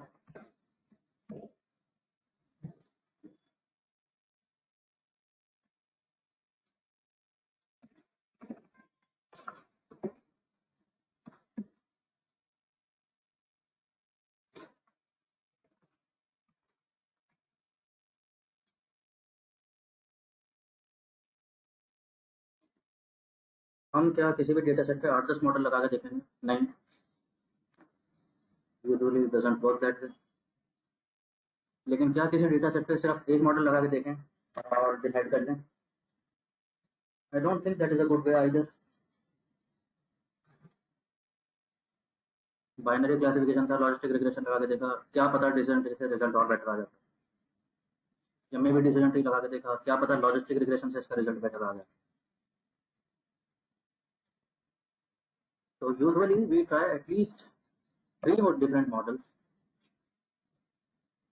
3-4 model जरूर यूज करके देखते हैं time allow us. Now, what can be the sequence? The first point to notice is what is your target variable? Is it continuous or is it categorical?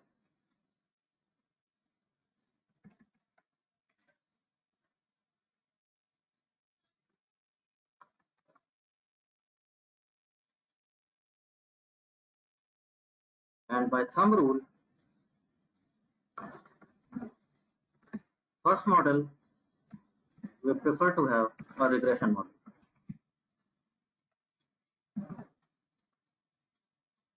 Continuous target है तो linear regression, categorical target है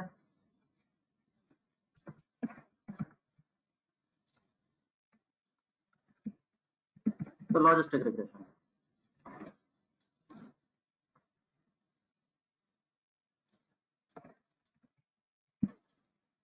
multi class categorical है, चलो उसकी बात करेंगे।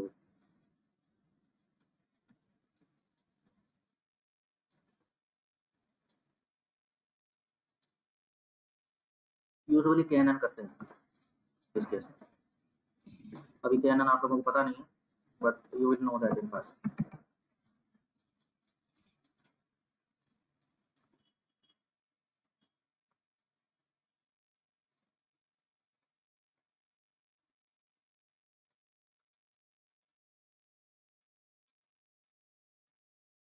Why we are doing first model as linear or logistic? Because एक तो मॉडल अच्छे हैं,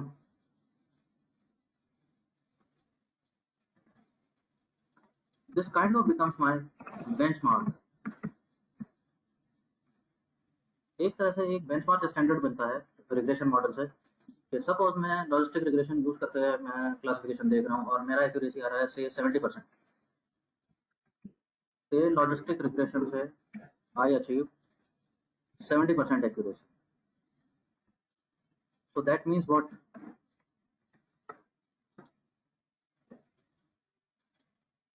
It is hinting me that using some advanced algorithms, maybe LTA or maybe random forest. अभी देख लोगे आप, रैंडम फॉरेस्ट भी अभी आपने किया नहीं है, पाइथन में देखेंगे. तो अगेन वेरी स्टेबल एल्गोरिथम. तो कुछ एडवांस एल्गोरिथम्स यूज करके शायद आप टारगेट कर सकते हैं कि शायद 75 टू 80% तो आपको कम से कम मान के चलना चाहिए कि इतने तो आप पहुंचेंगे।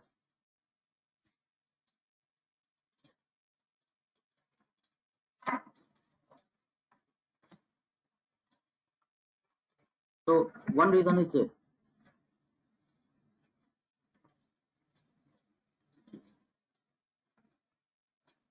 Another variation of this benchmark thing is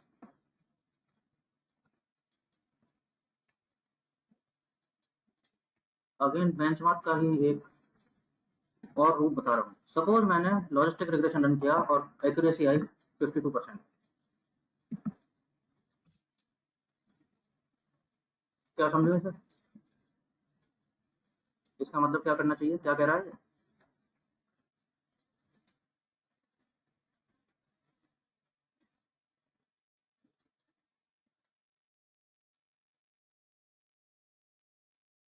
voice clear नहीं है? Is it so? बताएंगे did I miss audio?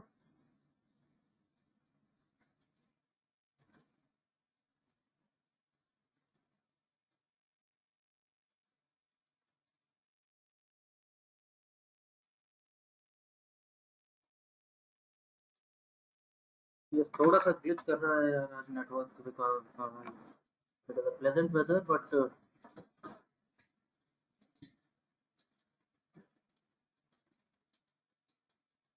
Network के लिए अच्छा नहीं है।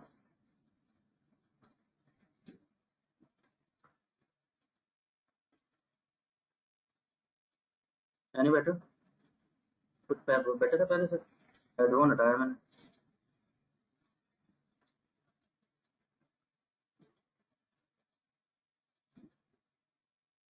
ओके ठीक है। तो ठीक है, अगर कुछ इंपॉर्टेंट स्किप हो गया तो प्लीज टेल मी, कुछ रिपीट करने का है क्या? अगर कहानी समझ आ रहा है तो ठीक है, चलता रहूंगा। सम टोटल यही है, समझ आ जाना चाहिए बात क्या होता है।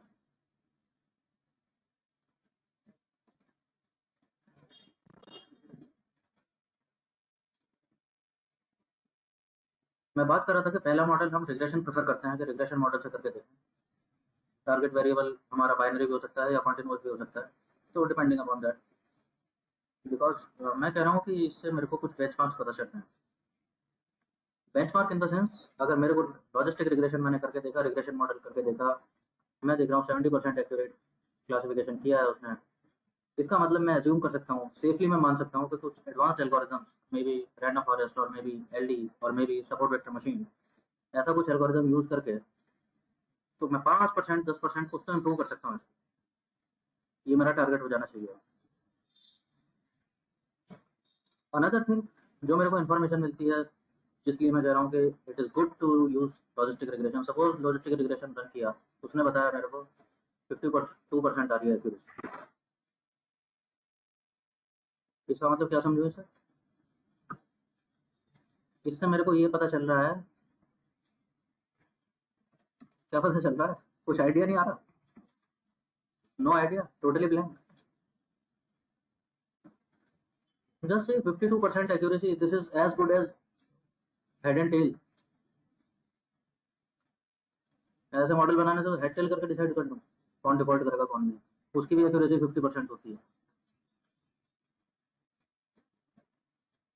हेड टेल में भी डिफॉल्टर को डिफॉल्टर कहने का चांस 50% है। तो ये कौन सा मॉडल बनाया मैंने? No, it is not useless, again it is giving information. ये बता रहा है कि आपका डेटा सेट ही ऐसा है, आपके पास प्रेडिक्टर वेरिएबल्स पावरफुल नहीं है जो प्रेडिक्शन दे पाए। तो कितने भी एडवांस एल्गोरिथम लगा लो, 52 से 55 पहुंच जाओगे, 58 पहुंच जाओगे, 60 पहुंच जाओगे, बहुत पहुंचे। इवेंचुअली कुछ खास कमाल कर नहीं पाओगे। तो फालतू मेहनत करना बंद करो, क्लाइंट से वापस बात करो, बिजनेस को दोबारा समझो और डेटा आइडेंटिफाई करो कि कुछ और डेटा मिल सकता है क्या जो यूजफुल हो।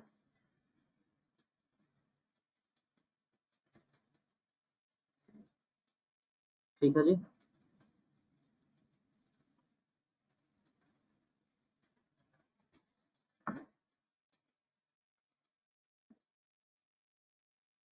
तो actually these are just variations of benchmark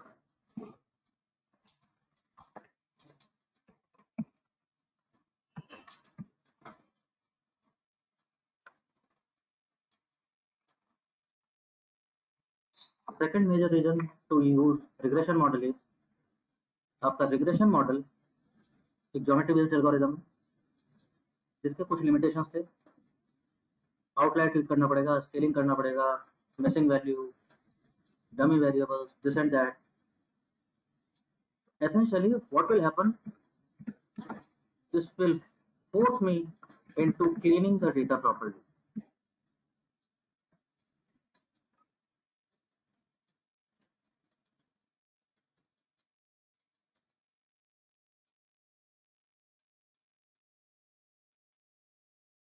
बाकी कुछ एल्गोरिथम्स ऐसे हैं कि स्केलिंग का फर्क नहीं पड़ता, कर लो तो भी अच्छा है, ना करो तो भी ठीक है। आउटलायर्स चलो कर लिया तो भी अच्छा है, नहीं किया तो भी अच्छा है, बट रिग्रेशन मॉडल यूज कर रहा हूँ तो ये सारे काम ठीक करने ही पड़ेंगे। And any day A properly clean data is good for any algorithm. तो बाकी अगला सर एल्गोरिथम, एक डाउट है यस माधवन। सर, अब जैसे हम क्लीनिंग करते हैं, डेटा क्लीनिंग, तो उसको हम स्टोर अपने डेटा फ्रेम में ही करते हैं, और हमें पता है कि डिसीजन ट्री या और कोई जैसे ये वाला हो गया, आज वाला मॉडल, इनको डेटा क्लीनिंग की जरूरत नहीं पड़ती, तो हम आउटलायर्स वगैरह ट्रीट करते हैं। तो अगर हम अपना डेटा फ्रेम में करने के बजाय एक एक्सपोर्ट कर दें write.csv करके फाइल, जिसमें क्लीन डेटा है, बिल्कुल आउटलायर भी डाल दिया, सब कुछ ठीक कर दिया, उसके बाद हम डिसीजन ट्री बनाए, कुछ और मॉडल बनाए, तो उससे फर्क पड़ेगा हमारी एक्यूरेसी पे, मतलब अच्छा होगा वो? हाँ वही बोल रहा हूँ, क्लीन करने से डेटा पे, माना कुछ एल्गोरिथम्स ऐसे हैं लाइक डिसीजन ट्री, उसको बहुत ज्यादा फर्क नहीं पड़ता, लेकिन फिर भी क्लीन डेटा दोगे तो अच्छा ही है ना यार, उसके लिए भी नुकसान कुछ ओके नहीं है, लेकिन अगर कुछ फायदा हो रहा होगा तो हो ही जाएगा ना। Okay sir. तो उसी की बात कर रहा हूँ, इसीलिए पहला मॉडल जो है रिग्रेशन मॉडल लिया, it will force you into cleaning data properly. तो बाकी एल्गोरिथम्स के लिए ठीक है, अगर 1-2% कुछ बेटर हो रहा है तो बेटर ही होगा, नुकसान कुछ नहीं है।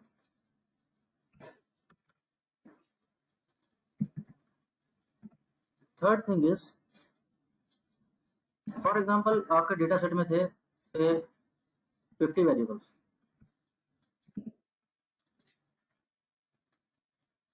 तो क्या होता है रिग्रेशन मॉडल में,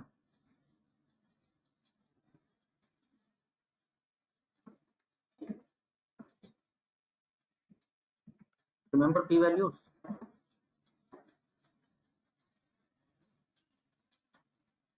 मुझे डेटा सेट की, मेरे को प्रेडिक्शन की एक्यूरेसी तो पता चल ही रही है कि कितना प्रेडिक्टिंग पावर है हमारे मॉडल की, मेरे को ये भी पता चल रहा है कि इंपॉर्टेंट वेरिएबल्स कौन से हैं।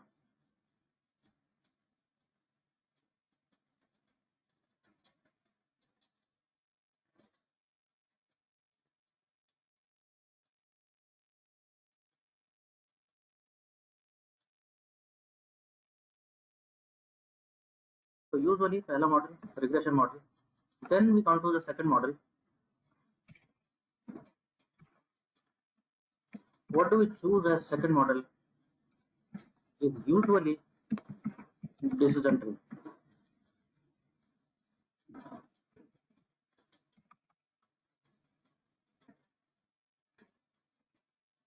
कारण, पहला कारण, पहला कारण तो यही है, आपका टारगेट वेरिएबल कैसा ही क्यों ना हो, डेटा आपका क्लीन हो चुका क्योंकि रिग्रेशन मॉडल पहले लगा चुके हो। अब आपको एक तो कंपैरिजन मिलेगा कि डिसीजन ट्री बेटर काम कर रहा है या रिग्रेशन मॉडल बेटर काम कर रहा था। और डिसीजन ट्री के साथ अच्छी बात यह है कि आपका टारगेट वेरिएबल कैसा भी हो सकता है, डिसीजन ट्री को कोई फर्क नहीं पड़ता, ये तो हम हैंड्स ऑन करके देख चुके हैं, सब तक बराबर काम करता है। तो बराबर का मतलब एक्यूरेसी नहीं कह रहा हूँ कि एक्यूरेसी बहुत अच्छी आ जाती है, कैसी आ जाती है, लेकिन हाँ विद सुटेबल एक्यूरेसी वो किसी भी तरह के टारगेट वेरिएबल काम तो करता है।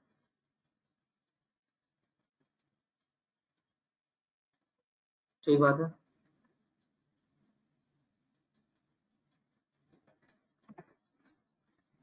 सेकंड एडवांटेज इज, रिमेंबर कैसा बनता था decision tree,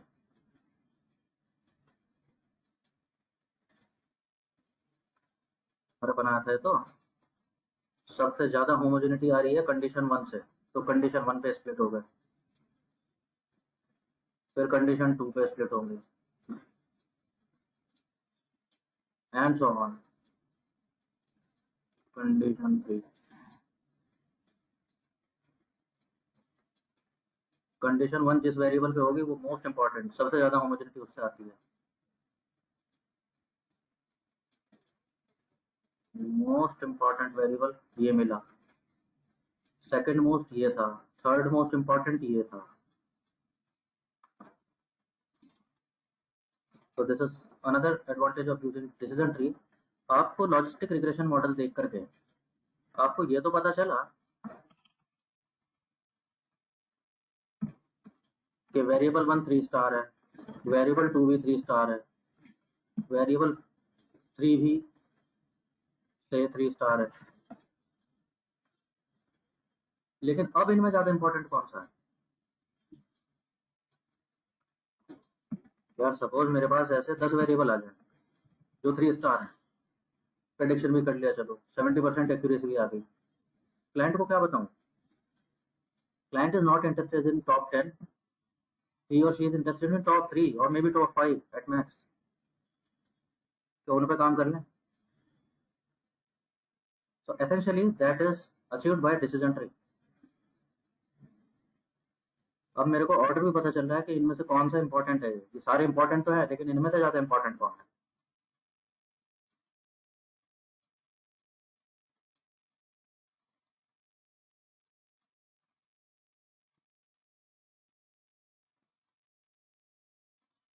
So here we achieve the order of significance of variables। अब मेरे को वो भी पता चल रहा है जो अभी लॉजिस्टिक मॉडल से पता नहीं चला था।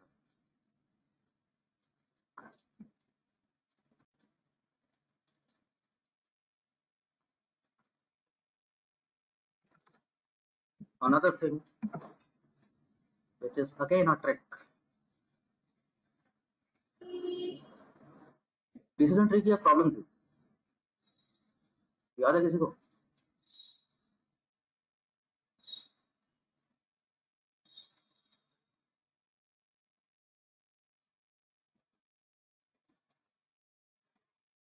सही बात है। By nature this is a greedy algorithm. ये कहीं पढ़ने को मिल जाए ना कि decision tree is a greedy algorithm, just a fancy way of saying कि हाँ वो अनलिमिटेड डेप्थ तक जाने की कोशिश करेगा। डेटा को चाहे उसे एक एक 10 रोज पे देखने पे उसे डिसीजन लेना हो, वो उतनी डेप्थ तक जाने की कोशिश टेंडेंसी रखता है अगर मैंने जाने दिया तो, which is not good in long term.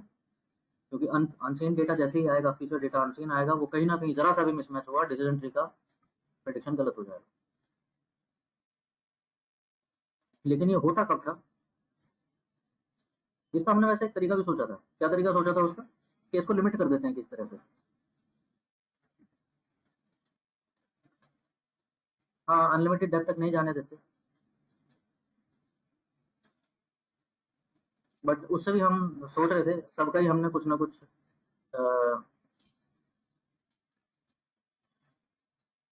Advantage disadvantage था हर बात का। तो हमने लास्ट में सोचा था complexity parameter that CP seems to be the most reasonable one.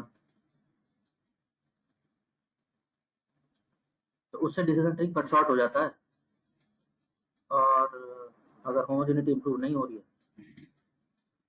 तो रुक जाएगा।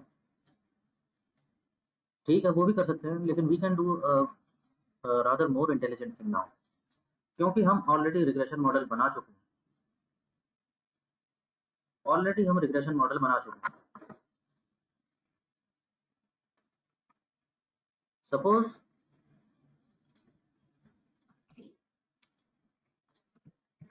टोटल 50 वेरिएबल्स थे डेटा सेट में, लेकिन रिग्रेशन मॉडल बनाने के पास पता चला मेरे को that only 20 are significant.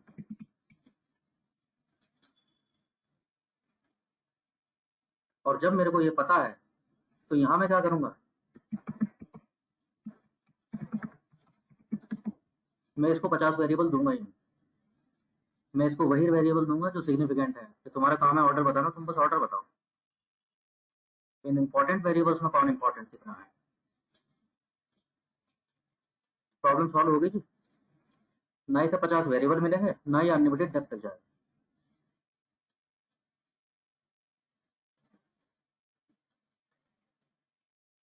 So sir, in that case CP की फिर जरूरत नहीं पड़ेगी।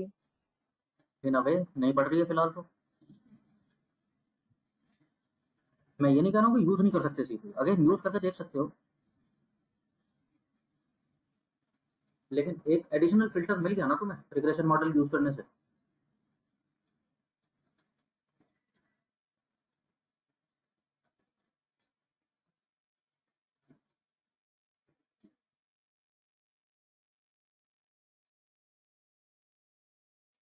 अगेन इसमें कोई मैथमेटिक्स नहीं है, इसमें कोई डेटा साइंस नहीं है जो मैं आप बता रहा हूँ। ये चीज़ these are just tips and tricks practically. करके देखना चाहो, हाँ बिल्कुल करके देख सकते हो। करके देखना चाहो, सारे 50 रख के देखो, कौन मना कर रहा है? क्या पता, क्या पता कोई डिफरेंस ही आ रहा हो। But these are the tricks I am talking about when time is a constant.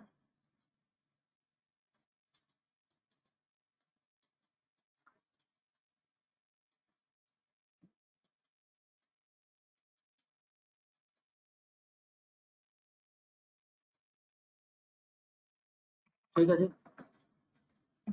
In third stage, you move on to some as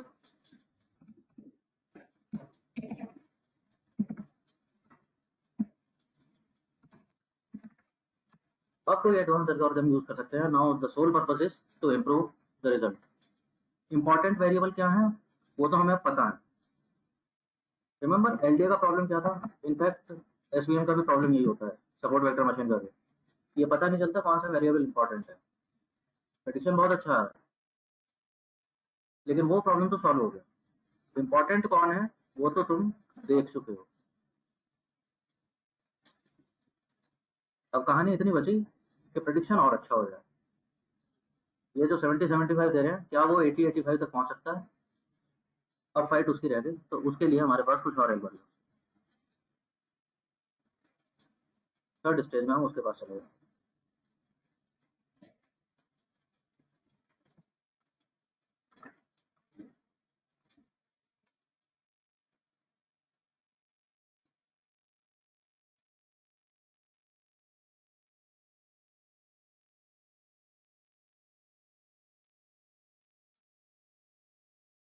ठीक ठाक है जी।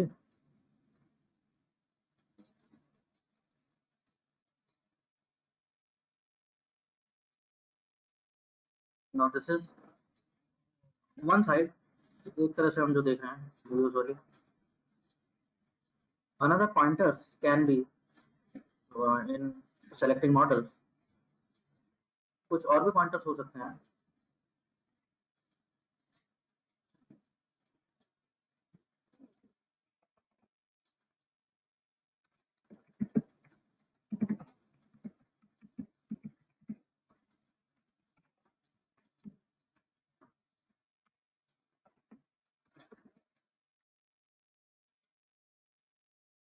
अगर आपका डेटा सेट मेजरली कॉन्टिन्यूअस है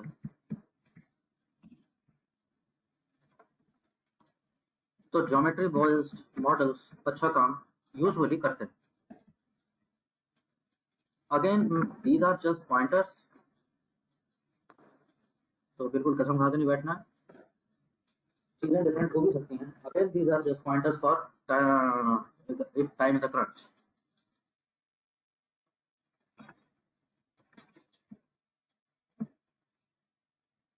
मेजरली कॉन्टिन्यूअस है तो ज्योमेट्री पे इसका सेंस होगा, और ज्योमेट्री पे अगर सेंस होगा तो geometry based models like regression model, LDA, इस तरह के मॉडल्स अच्छा काम करेंगे। अगर आपका डेटा मेजरली कैटेगोरिकल है तो कौन से मॉडल बेटर काम करेंगे?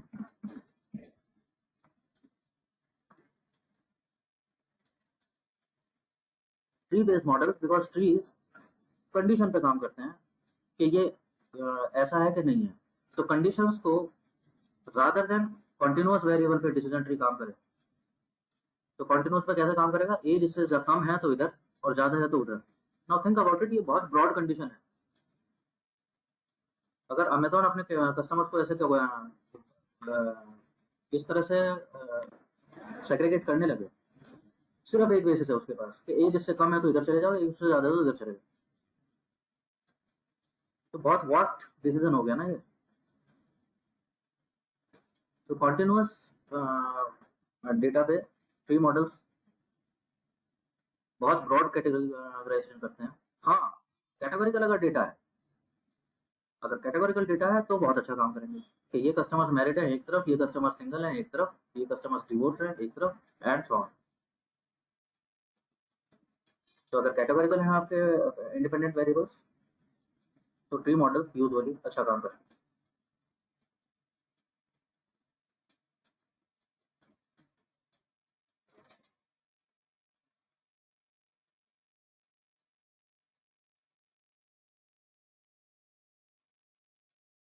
अगेन इसके लिए पॉइंटर क्या हो सकता है,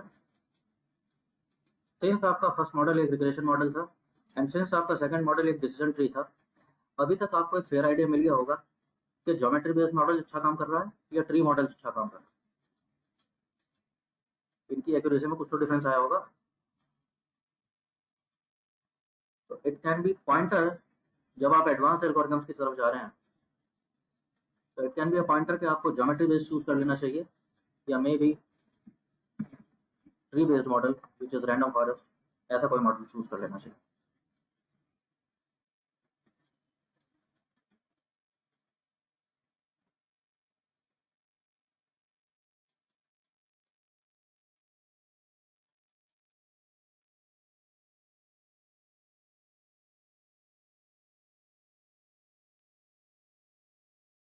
ऑन दिस टॉपिक्स, इन ये जितनी भी बात मैं कर रहा हूँ, if you really want to dive deep,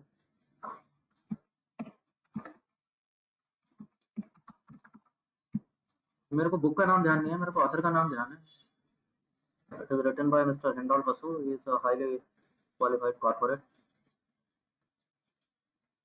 So he has written a book on entire एक बुक लिखी हुई है इन्हीं बातों के लिए, प्रिंसिपल्स ऑफ मॉडल सिलेक्शन।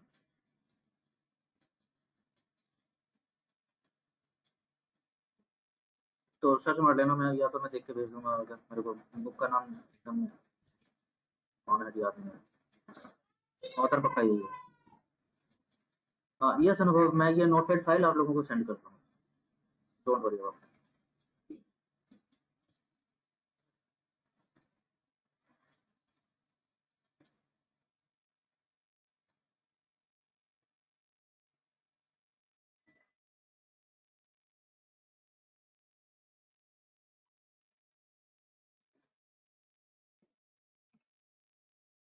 ठीक है जी,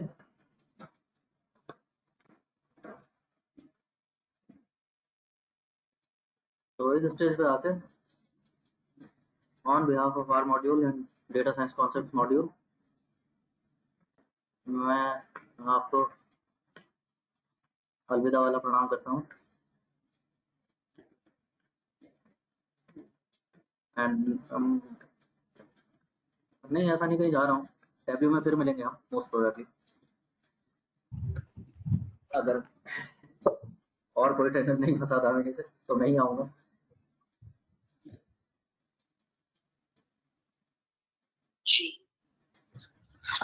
प्रेम दीज एल्गोरिथम्स नहीं प्रेम, अगर सब कुछ एक्सेल में अवेलेबल होता तो इतनी मेहनत करने की जरूरत नहीं पड़ती।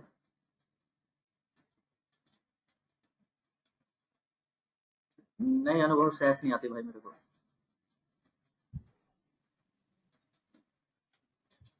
सर सिलेबस के अकॉर्डिंग एक दो टॉपिक या तो वो हो गए होंगे, उनका नाम कोई दूसरा होगा, बट एक दो टॉपिक रह चुके हैं सर, इसमें हुए नहीं जो।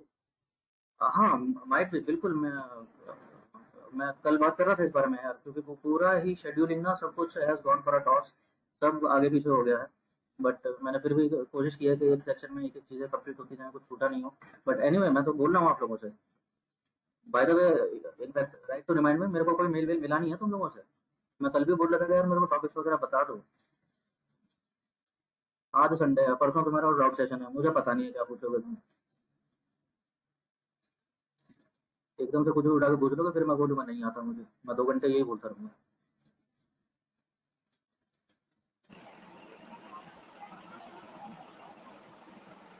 सर नेक्स्ट वीक आप लोगों की क्लास है, नेक्स्ट वीक से पाइथन ही शुरू है। नेक्स्ट वीक मैं वही बोल रहा हूँ ना, आप लोगों का जो डाउट सेशन है या कुछ ऐसा लग रहा है कि टॉपिक स्किप हो गया है, तो वो ट्यूसडे में कवर करने की कोशिश करेंगे। इनकेस अगर ट्यूसडे में भी नहीं हुआ तो फिर देखते हैं नेक्स्ट वीक का शेड्यूल। अभी तक तो मेरे को ऐसा लग रहा है कि मैंने तो सब कुछ कर लिया है कवर, कुछ ऐसा विशेष बचा नहीं है। प्रैक्टिस बाकी है, वो तो तुम्हें करनी है। तो yes, by my schedule next weekend Python start हो जाएगा आपका।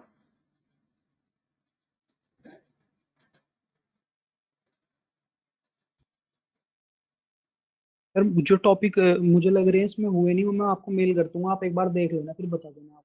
आप मुझे मत भेजो, बाकी लोगों से भी पूछ लो, जो तुम्हें लग रहा है वो सबको थोड़ी लग रहा है, ऐसे कौन है कोई। ठीक है सर।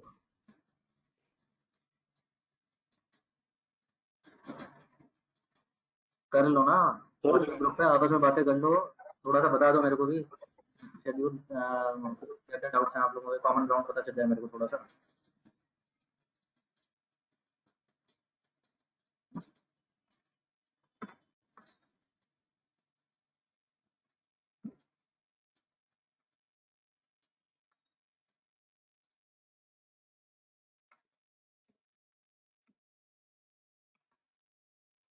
ठीक है जी, nothing else, I am turning off the recording now, but if there is any further question you are free to fire.